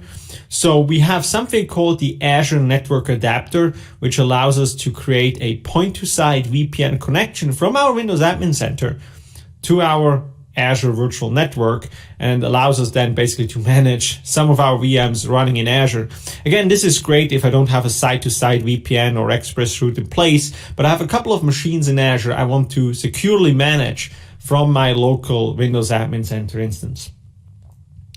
We can also install Windows Admin Center in a virtual machine running in Azure, and then basically manage our Azure VMs, or also even go backwards and manage our on-premises machines directly from Windows Admin Center running within Azure using a VPN connection or express route, depending on what our setup looks like.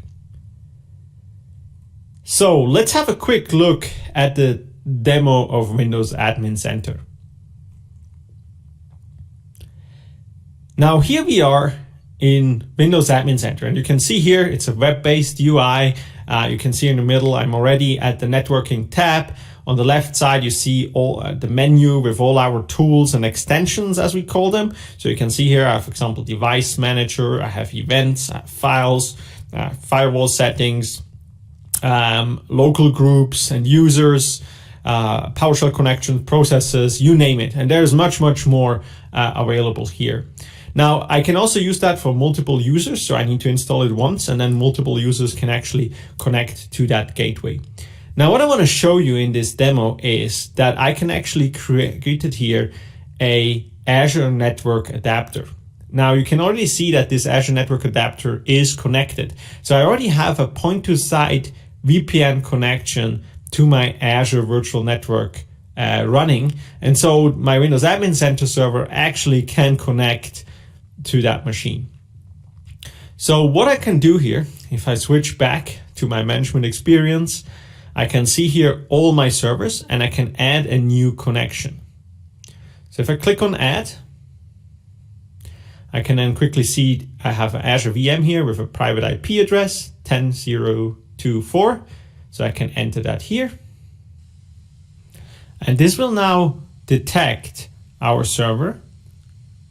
And I can click on add. Again, this is now using a point-to-site VPN connection through Azure to add that server. And if I click on that server, you can see here now I can start managing that server. I get some information here. I get some overview about that server. I can see what operating system it is running. And on the left side, you can see here all the tools I can have. So one thing I want to do here, I want to install a couple of roles and features here. So I'm going to install the DNS server feature. So instead of connecting to the server using RDP, I'm just going to select here that in Server Manager. And then I can also go out and have a look at, for example, other features as well. And you can see here, I can basically go through and install all the feature services and features or roles and features I want to. So I'm also going to install wins because it's wins and not lose. So I can click on install. This will then quickly check all the dependencies as I remember it from Server Manager, and then just click on install, and this will go out and now remotely run the PowerShell commands against my server running in Azure to install the DNS server feature role, as well as the Wins server feature and so on, with all the dependencies. So this will take a couple of minutes, as it would usually take. And after they're successfully installed, I can then go out and have a look at extensions. So we have a preview extensions here for DNS management. So you can see here, this is like basically the extension to manage DNS. So I'm going to install that.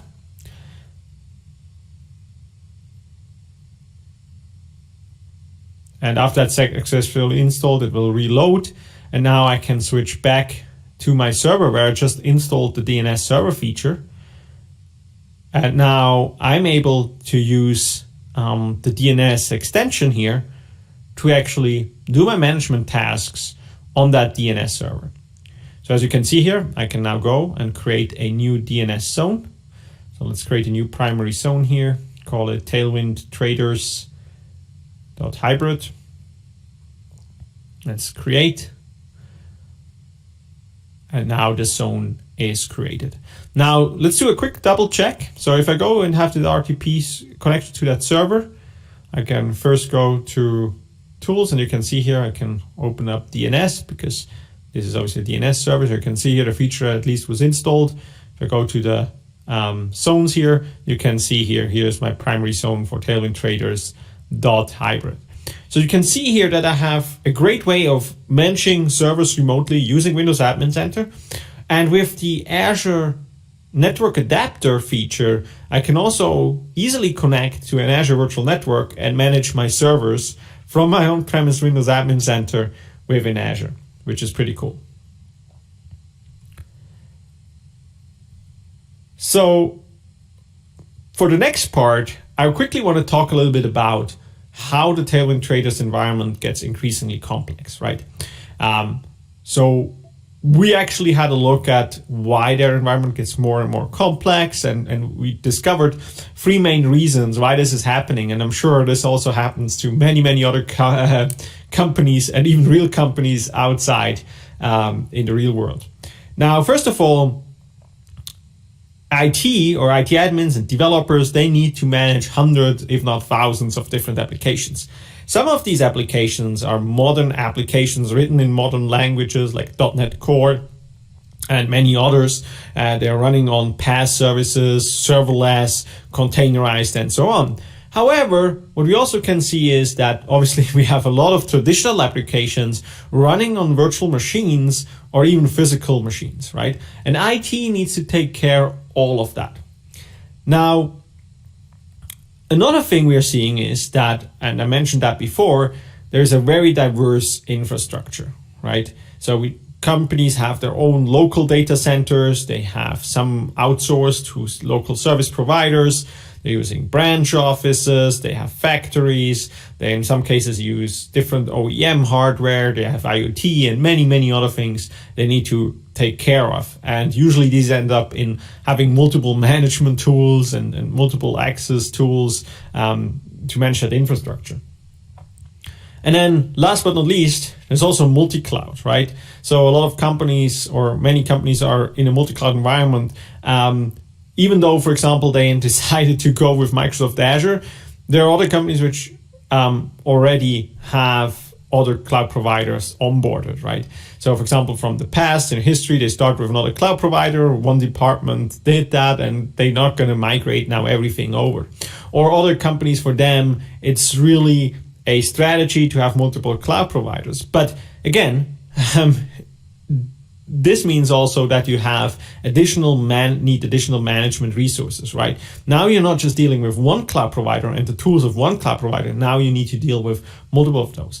And we want to address that to make it easier to manage everything with a single control plane. And we kind of have that. So if we look at Azure, Azure has a very good control plane. So this is a high-level architecture view of our Azure management services. So let's start on the left here. So we as Azure customers, when we interact with Azure, we're using the portal, PowerShell, the Azure CLI, APIs, the SDKs, and so on. And what we are doing is we are interacting with Azure Resource Manager, which is basically the magic behind all the Azure management tools and experience. So what we have there in terms of security or access when it comes to role-based access controls, logs, subscription management, policies, blueprints, tags, search and indexing, everything you need for inventory or an organization, that is basically done by Azure Resource Manager. And then we also offer on top of that a couple of management services for monitoring, update management, backup, disaster recovery, security, and many, many more.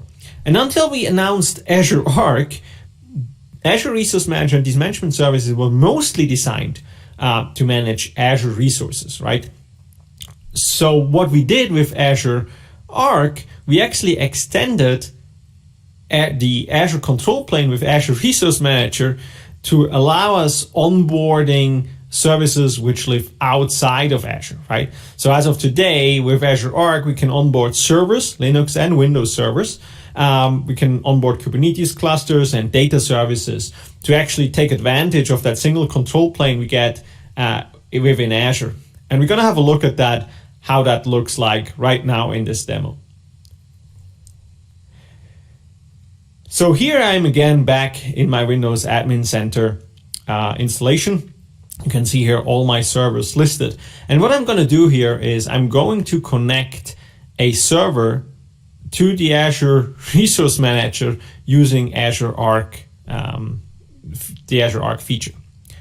So let's have a quick look. So we're going to select our server 4 here. I'm going to manage that with one of my local credentials here. I'm going to connect. And as you saw before, we can now manage that server. And we could do some management tasks here. However, we will scroll down to settings. And in settings, we can now simply onboard our server to Azure Arc for servers. So what I'm going to do, I'm click on Get Started. I'm then make this a little bit smaller here. I select the right subscription and the right resource group. I want to add that server. I can then also select the Azure region I want to connect that server to. This is only for the metadata connectivity of the Azure Arc agent.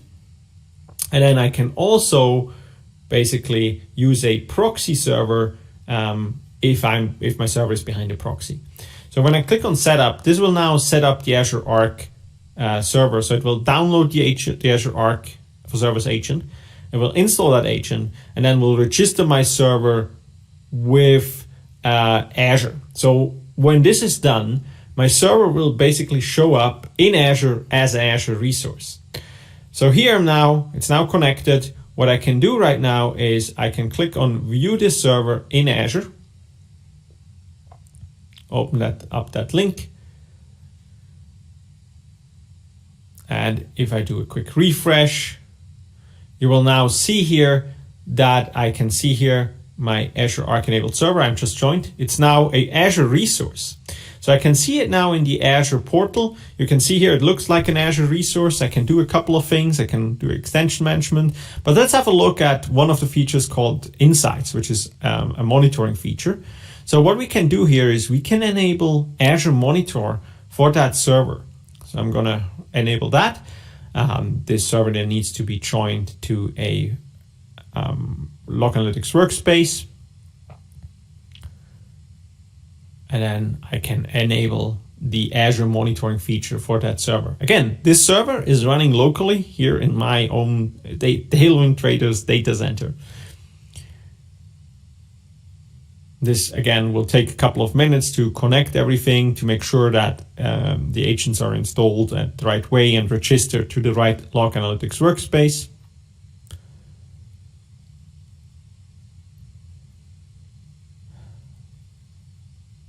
And after a couple of minutes then, I can now see my server coming up here.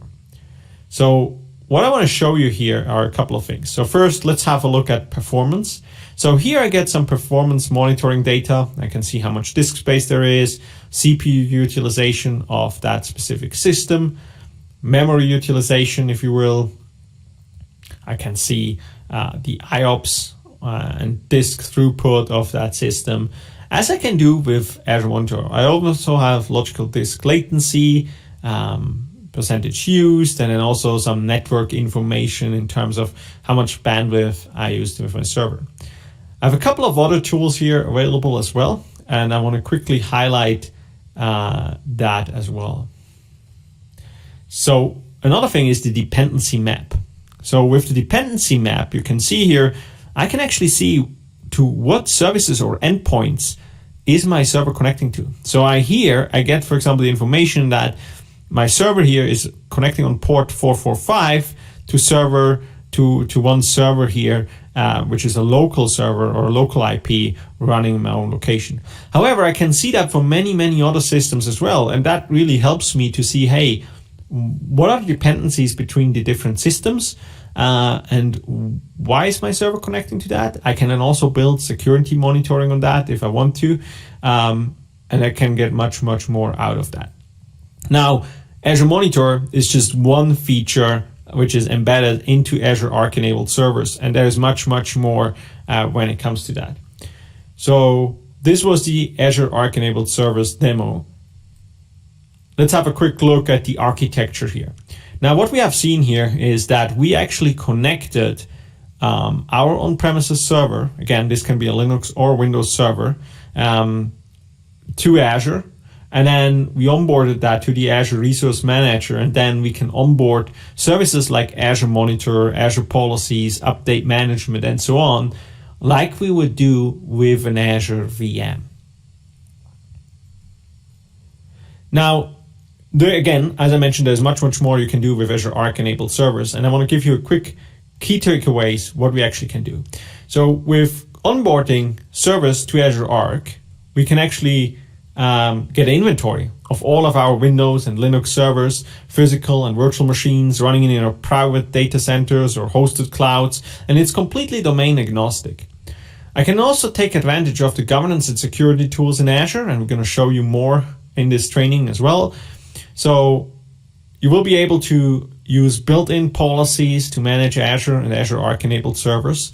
We will take advantage of Azure security centers and security baselines. So you get basically one view to see all of your compliance or your compliance overview. You get role-based access, so you can actually get access to the different servers you want to. And if you're a managed service provider, you can also combine it with Azure Lighthouse. And then last but not least, obviously, by adding that server, you get basically a searchable inventory and experience in the Azure portal, which you can also leverage, by the way, using CLI or PowerShell or whatever you're using to actually like get the data from the Azure from Azure. You can then get through it and see an overview of all your systems. Doesn't matter if they're running in Azure, on premises, or at another cloud provider. And then you can take advantage of tools like, for example, tags to manage these servers and organize these resources. So the next thing I want to talk about is extending the virtualization fabric or modernization of the virtualization fabric of Tailwind Traders. And for that, I want to talk about Azure Stack HCI, which stands for Hyperconverged Infrastructure. Azure Stack HCI is part of our Azure Stack portfolio. And again, Azure Stack is not just a single product or solution anymore. It's now a set or a portfolio of products, if you will, with Azure Stack Hub and Azure Stack Edge. And when it comes to our hyperconverged infrastructure, we have Azure Stack HCI. And Azure Stack HCI offers a couple of different features. And so let me quickly talk about this. First of all, it's our hyperconverged infrastructure stack. It's now we have now a specialized host operating system. It's based on Windows Server, but we took everything out which is not needed for as a hyperconverged infrastructure. So everything is not needed for virtualization, networking, storage. We have taken that out, and we have built in additional new features, like, for example, stretched cluster, so you can have an active cluster over multiple regions, faster resync of storage spaces, and then also integrated, for example, full stack updates with our OEMs together, so you can actually go out and run an update over all of it. We also deliver it now as a Azure service. So that means it's natively integrated within Azure. So that means no agent or anything to install. Azure Arc is basically built in to the Azure Stack HCI operating system. And then you can manage it through the Azure portal if you want. You get the great Azure support with a dedicated support team in Azure. And you also get your billing over Azure itself. So we will have an Azure subscription, and that's what basically your billing information goes against it. We also will offer self-service VM creation, so you can then actually go out and create your virtual machines on your local Azure Stack HCI installation directly from the Azure portal with the same experience. And again, think about role-based access and other things which come in very handy when you do that. But this is not a complete new experience. So you can also leverage your existing skills and knowledge you already have of managing Windows Server and your infrastructure. So you can actually go out and customize the hardware of your choice, right? So we have a huge catalog of Azure Stack HCI validated hardware together with our OEMs, where you can pick and choose and build it in the right size you actually need it. From very small 2-node clusters, for example, for your branch offices, up to very high performance 16-node and large scale clusters as well. You can use the familiar tools like Windows Admin Center, System Center, PowerShell, third-party solution like Altaro Backup, for example, and you get full access to the Azure Stack HCI, full administrative control over that. So if you need to install something or need to change something, you can actually go out and do that. So we want to talk about file servers now. I think everyone got them and everyone needs to manage them, but they have been here for years, but it's time a little bit to modernize them. So I want to give you an example of the Tailwind Traders environment here before I actually go and show you a demo here. So first of all, Tailwind Traders has a file server in New York where users and applications are accessing these files. What Tailwind Traders did is they connected that to an Azure file share using Azure FileSync. And that gives them immediately one benefit, and that is cloud tiering. So they can now say, okay, I want to only keep files which are younger than 2 months, for example, on-premises storage, and everything else gets offloaded to the cloud. However, the files still show up on the local file share, but when a user clicks on it, the file will be downloaded from the cloud, so you can actually save some disk space. You also get now cloud access. So instead of, for example, the need of accessing that local file server, users working from home can now access that file share. We also get multi-site sync. So they also want to have the exact same files available in their Seattle office. So they can just add a second server to their Seattle office and synchronize these files over the cloud using Azure File Sync. And while these files are already on this file share, they can take advantage of Azure Backup, which then can just back up that file share. And in case you need to restore something, you can easily do that in Azure. And again, Azure Backup is a great service. We will talk a little bit more about it soon, but it gives you, for example, 99 years of retention. So you can store it for a very, very long time. It's very cost effective. So very great service. And then another scenario here would be rapid file server disaster recovery. So what happens if the file server in Seattle crashes? So usually Tailwind traders would send home all their employees. No one would be able to access that file server anymore. And then would just wait until they set up a new server, they reinstalled everything, and they started to restore all these files. Now with Azure File Sync, they can just basically spin up quickly a new server. Let's say it's called server free. They can go out and install the agent, and the agent will now register again with the Azure File Share. It will download the metadata. So in a couple of minutes, all the files will appear again on server free. Now for the user, it looks like all the files are already back. However, when they click on a file again, it will download the file from the file share over the internet in the background. So you don't need to wait until everything is completely restored. You can immediately let users work again. So let's have a look how that can look like in a little bit more advanced architecture. So when we have our on-premises environment on the left and our Azure environment on the right, you can see here I have on-premises, I have a domain controller, and I use Active Directory AD Connect to synchronize my identity with Azure AD. And then on premises, my clients are actually accessing, for example, different file servers. In this case, it can also be just one, but like in many cases, you have multiple file servers in different locations. And what we are doing with Azure File Sync, we are basically synchronizing these with an Azure file share living in Azure. Now, an advantage now is also that now clients which are not in the office, which are not next to a file share, they can now access the Azure file share from wherever they are. Again, if you enable that feature, so you can actually enable them from working from home with that file share. So actually great solution here. So let's have a quick look at the demo here of Azure File Sync. So here I am in Windows Admin Center again, and I already prepared a file server here, which I want to connect to Azure, to an Azure file share using Azure File Sync. So I click on file server 1.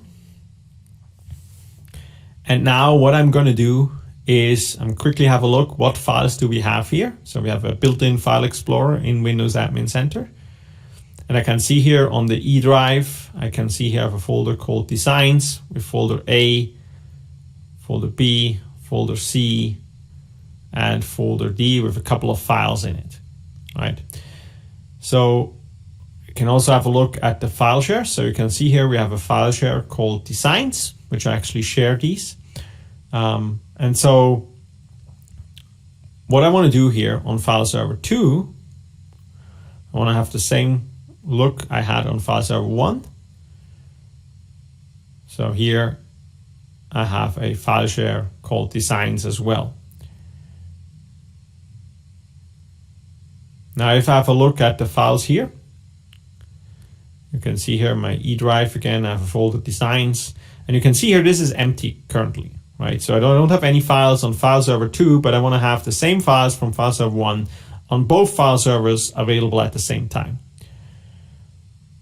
So I go back to file server 1, and I'm going to set up Azure File Sync. And again, this wizard will help me to set this up. So I'm going to select the right region for my file sync. And you can see here, I want to edit the resource group, for example. So I create a new Azure resource group for my file share. I create a new storage sync service, and this will then also go out and create all of these resources. So it creates my Azure resource group, my sync service. It will download the agent for the Azure File Sync and will register that server with Azure. So after that is done, my server is now set up and connected to that sync service. However, I did not sync a folder yet. So I need to go out and select the folder I want to sync. So on my E drive, we now provide the name of that folder. So you can see here it now shows E designs, and then I can enable tiering if I want to, and then I can configure how much space I want to keep free. I then also configure that for a sync group. Give that sync group a name because I want to join the other server to the same sync group. I create a new Azure file share to sync that server, and that means also I need a new storage account. So I'm going to create that. And again, Windows Admin Center does all of that for me. I can do the same thing in Azure without Windows Admin Center, but Windows Admin Center really makes it easy for me to onboard Azure File Sync. So you can now see that we also have that sync set up, and that tiering is enabled, and that folder is actually syncing. So if I go to my Azure portal, if I go to resource groups, you can see here I have my hybrid file share resource group, and I have a couple of stuff in there. I have my sync service as well as my storage account. If I go to my storage account, I have a file share. In that file share, you can now see all the folders with the files I synced from file server 1. So the next thing I want to do is now I want to have the same files, obviously, not just in Azure, but also on my file server 2. So I'm going to set up the same thing on my file server 2. This time we have some small differences because most of the stuff is already created. So it already selected the right resource group, the already existing storage sync service. It installs the agents and registers that server. Now, again, I need to now add which folder should be synced. So I can actually select my folder here and then also say, okay, I want to join that sync group. So let's do E designs. And then again, select the existing sync group this time, the existing storage account, and just set it up. And now it says successfully sync that folder. So if I now go back to the files, you can now see here, I have the same folders available and the same folders and files available on file server 2 as well. So I want to show you one thing here, that all files are available right now.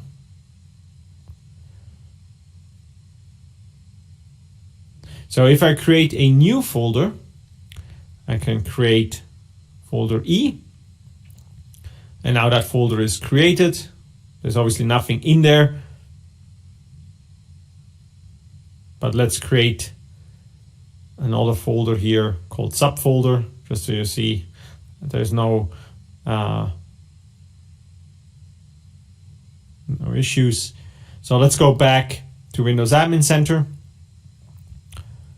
And now we go to file server 1. And now we want to see if the same folder is now on server 1 as well. So I'm going to my file share drive. And now you can see here, I have folder E now also available on file server 1. So this is a great sync. We're basically now syncing these files and folders over Azure between different servers. And so we always have the same files and folders available on all of our locations of Tailwind traders.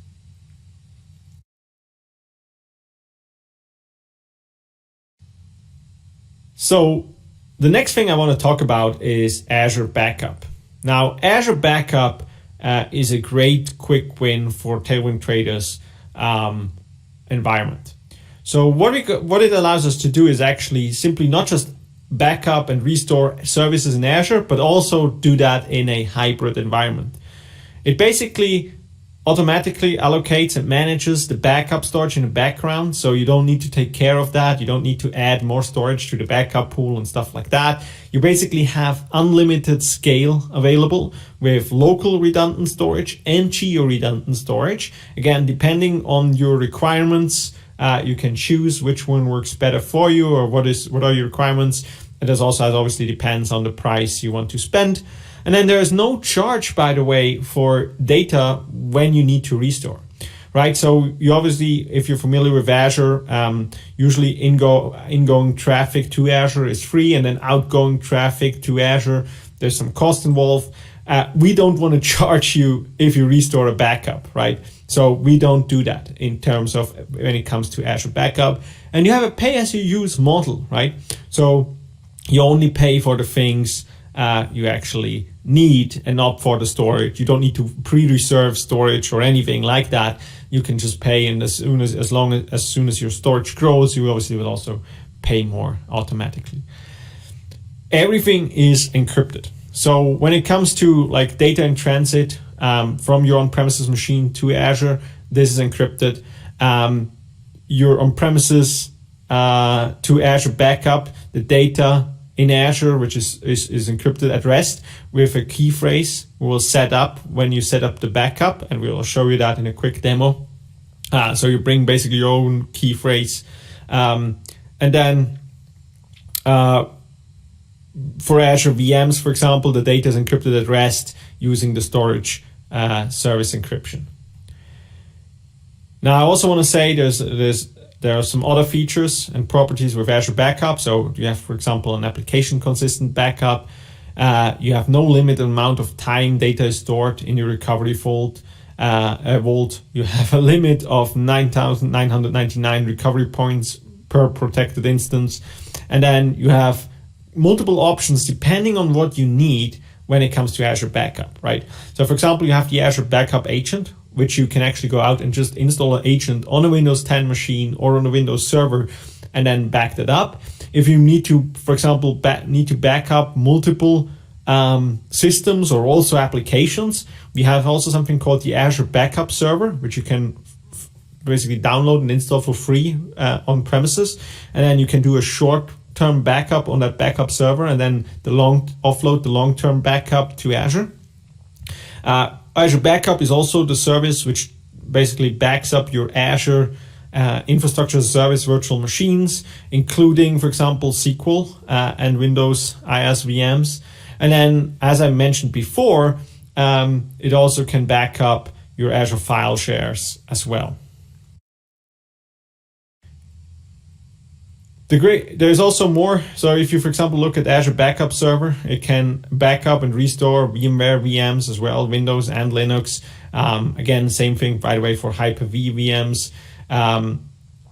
You can back up files, folders, volumes, VMs applications like Exchange or SQL or SharePoint, and you can also back up like the system states of servers as well. It then backups basically to local attached disks for short-term storage. So if you need to back it up and then quickly restore it, you can do that directly without anything. But then for the long-term storage or also off-site storage, if you will, we have the Recovery Service Vault in Azure. Also mention quickly, because we get these questions a lot, it also does application-aware snapshots using VSS. It's full flexibility for when to take the backups. You can completely configure that yourself. And you can also have a recovery granularity depending on what you actually want to recover.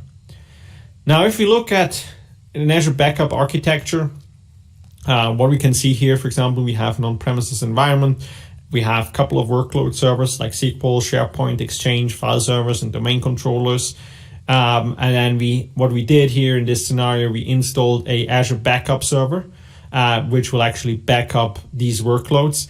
And then you can send them through Azure, again, over the internet or over ExpressRoute, or use even the Azure import and export service to actually, like when you have a big chunk of data you want to move, you can, for example, also leverage that as well. And then this will be stored basically in the Azure Recovery Vault, which will manage the storage in the background. We use Azure Storage for that. And then you can also replicate that to a secondary Azure region to make that like disaster recovery basically enabled if one of the Azure regions should go down. So let's have a quick look at Azure Backup. So here I'm back in Windows Admin Center. And what I want to do here is I want to back up the files on one of my servers here. So as you can see here, I click on my file server 1, which we used before. So if I quickly have a look at the files on that server, I can see here that I have my E drive. I now have a folder called Research. And in that folder, again, I have folder A, folder B, folder C, folder D. And now I want to configure Azure Backup to actually back up the folders and the files on that machine. So what I can do here is I can simply click on Setup Azure Backup. And this will then go out and ask me for my user account. It will also set up the Azure Backup for me. And then it will ask me, what do I want to back up? Now, in my case, I just want to that I back up the files on my E drive. And then here I can go out and I can select the retention rate and the schedules basically of the backup. So in this case, very simply, I select one of the pre-configured ones, daily, retain 30 days.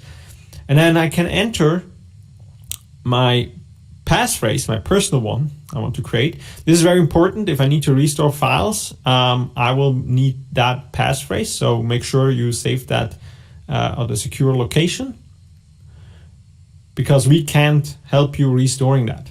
So now it sets up Azure Backup. It will install the backup agent in this case, and then will automatically configure the backup as I configure that. Now, it's obviously going out at a specific schedule, but I can also trigger the backup. So I'm going to trigger the backup to create a recovery point right now. This will start the backup and will take a couple of minutes to complete, especially because this is the initial backup. So on the jobs, I can actually see what is going on here. So if I refresh, you can see that at the moment, data is now transferred, and basically the backup is now completed. So I have now one recovery point basically of these files. So if I click on that, you can see here when this recovery point was created. And again, I can do that for multiple times, obviously. Now I go back to my files here. And what I'm going to do here in my research folder, I'm just going to now accidentally delete folder D.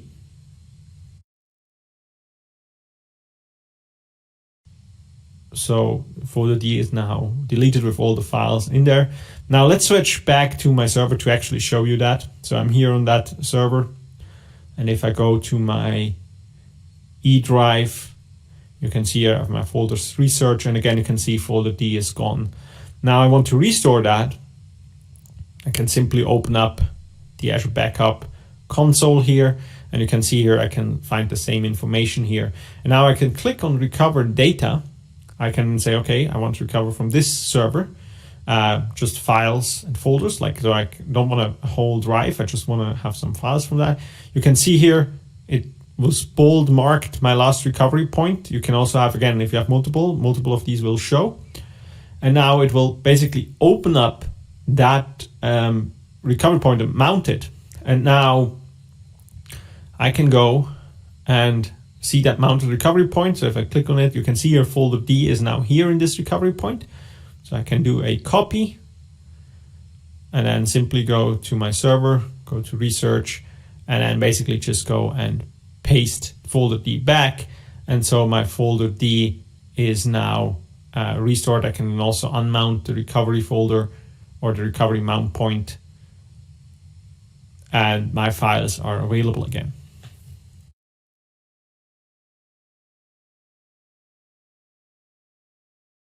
So this was Azure Backup. Again, there are multiple scenarios you can use that. However, there's even more. So we can also leverage this, Azure Site Recovery for disaster recovery. So what we can do here is we can actually replicate physical and virtual machines running on Hyper-V and VMware to Azure to then actually have a failover region basically available. So in this scenario, I want to show you here with Azure Site Recovery. You can see on the left side, I have my on-premises environment, which is basically, for example, in this case, a web app. So we have a IaaS web server and we have a database server, and we use Azure Site Recovery here to replicate it through Azure. And in case of a disaster, we can then go and fail over our virtual machines to Azure. So in this case, you can see on the right side, it would then have my web server and my SQL server restoring or recovering in Azure. And if we then have a service in front of it called, like, for example, Traffic Manager or Front Door, or depending on your architecture and your scenario, in this scenario, we would have, for example, Traffic Manager. We would just basically switch the routing, the DNS routing, from the location from our on-premises primary side to our Azure failover side, and the application would be available for the end users again. So absolutely great service. So let's go into a quick summary.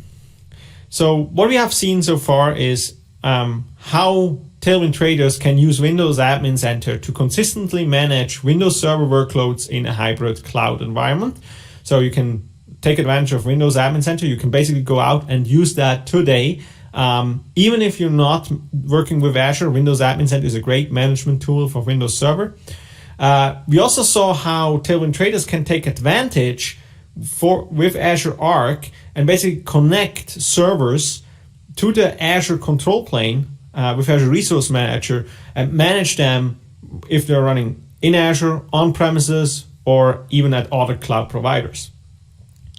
We also had a quick look at Azure Stack HCI, our hyper-converged infrastructure solutions, which is a great solution if you do virtualization in your own data center. We had a look how Tailwind traders can make their file servers more efficient using Azure FileSync. And then we had a look at how Tailwind traders can take advantage of the cloud for the disaster recovery strategy using Azure Backup and Azure Site Recovery. So here are some additional resources. So again, I spoke about Windows Admin Center. I spoke about Azure Arc enabled servers, Azure Stack HCI, Azure FileSync, Azure Backup, and Azure Site Recovery. So we put all the links here together for you. So you have aka.ms, and then depending on the technology you want to have a look at. You can also follow our team, so make sure you check out itopstalk.com. You can also follow us on Twitter on itopstalk. So this concludes part 1. So let's have a quick recap on what we have learned so far. First, we had an overview about hybrid cloud computing. Then we actually had a look at hybrid networking and how you can connect your on-premises environment to Azure using site-to-site VPN, ExpressRoute, and much, much more. In the third module, we have learned how we can leverage Azure management technologies to manage our hybrid compute workloads. So thank you for your attendance of this first part, and we're looking forward to have you in the second part of our Microsoft Virtual Training Day implementing hybrid infrastructure.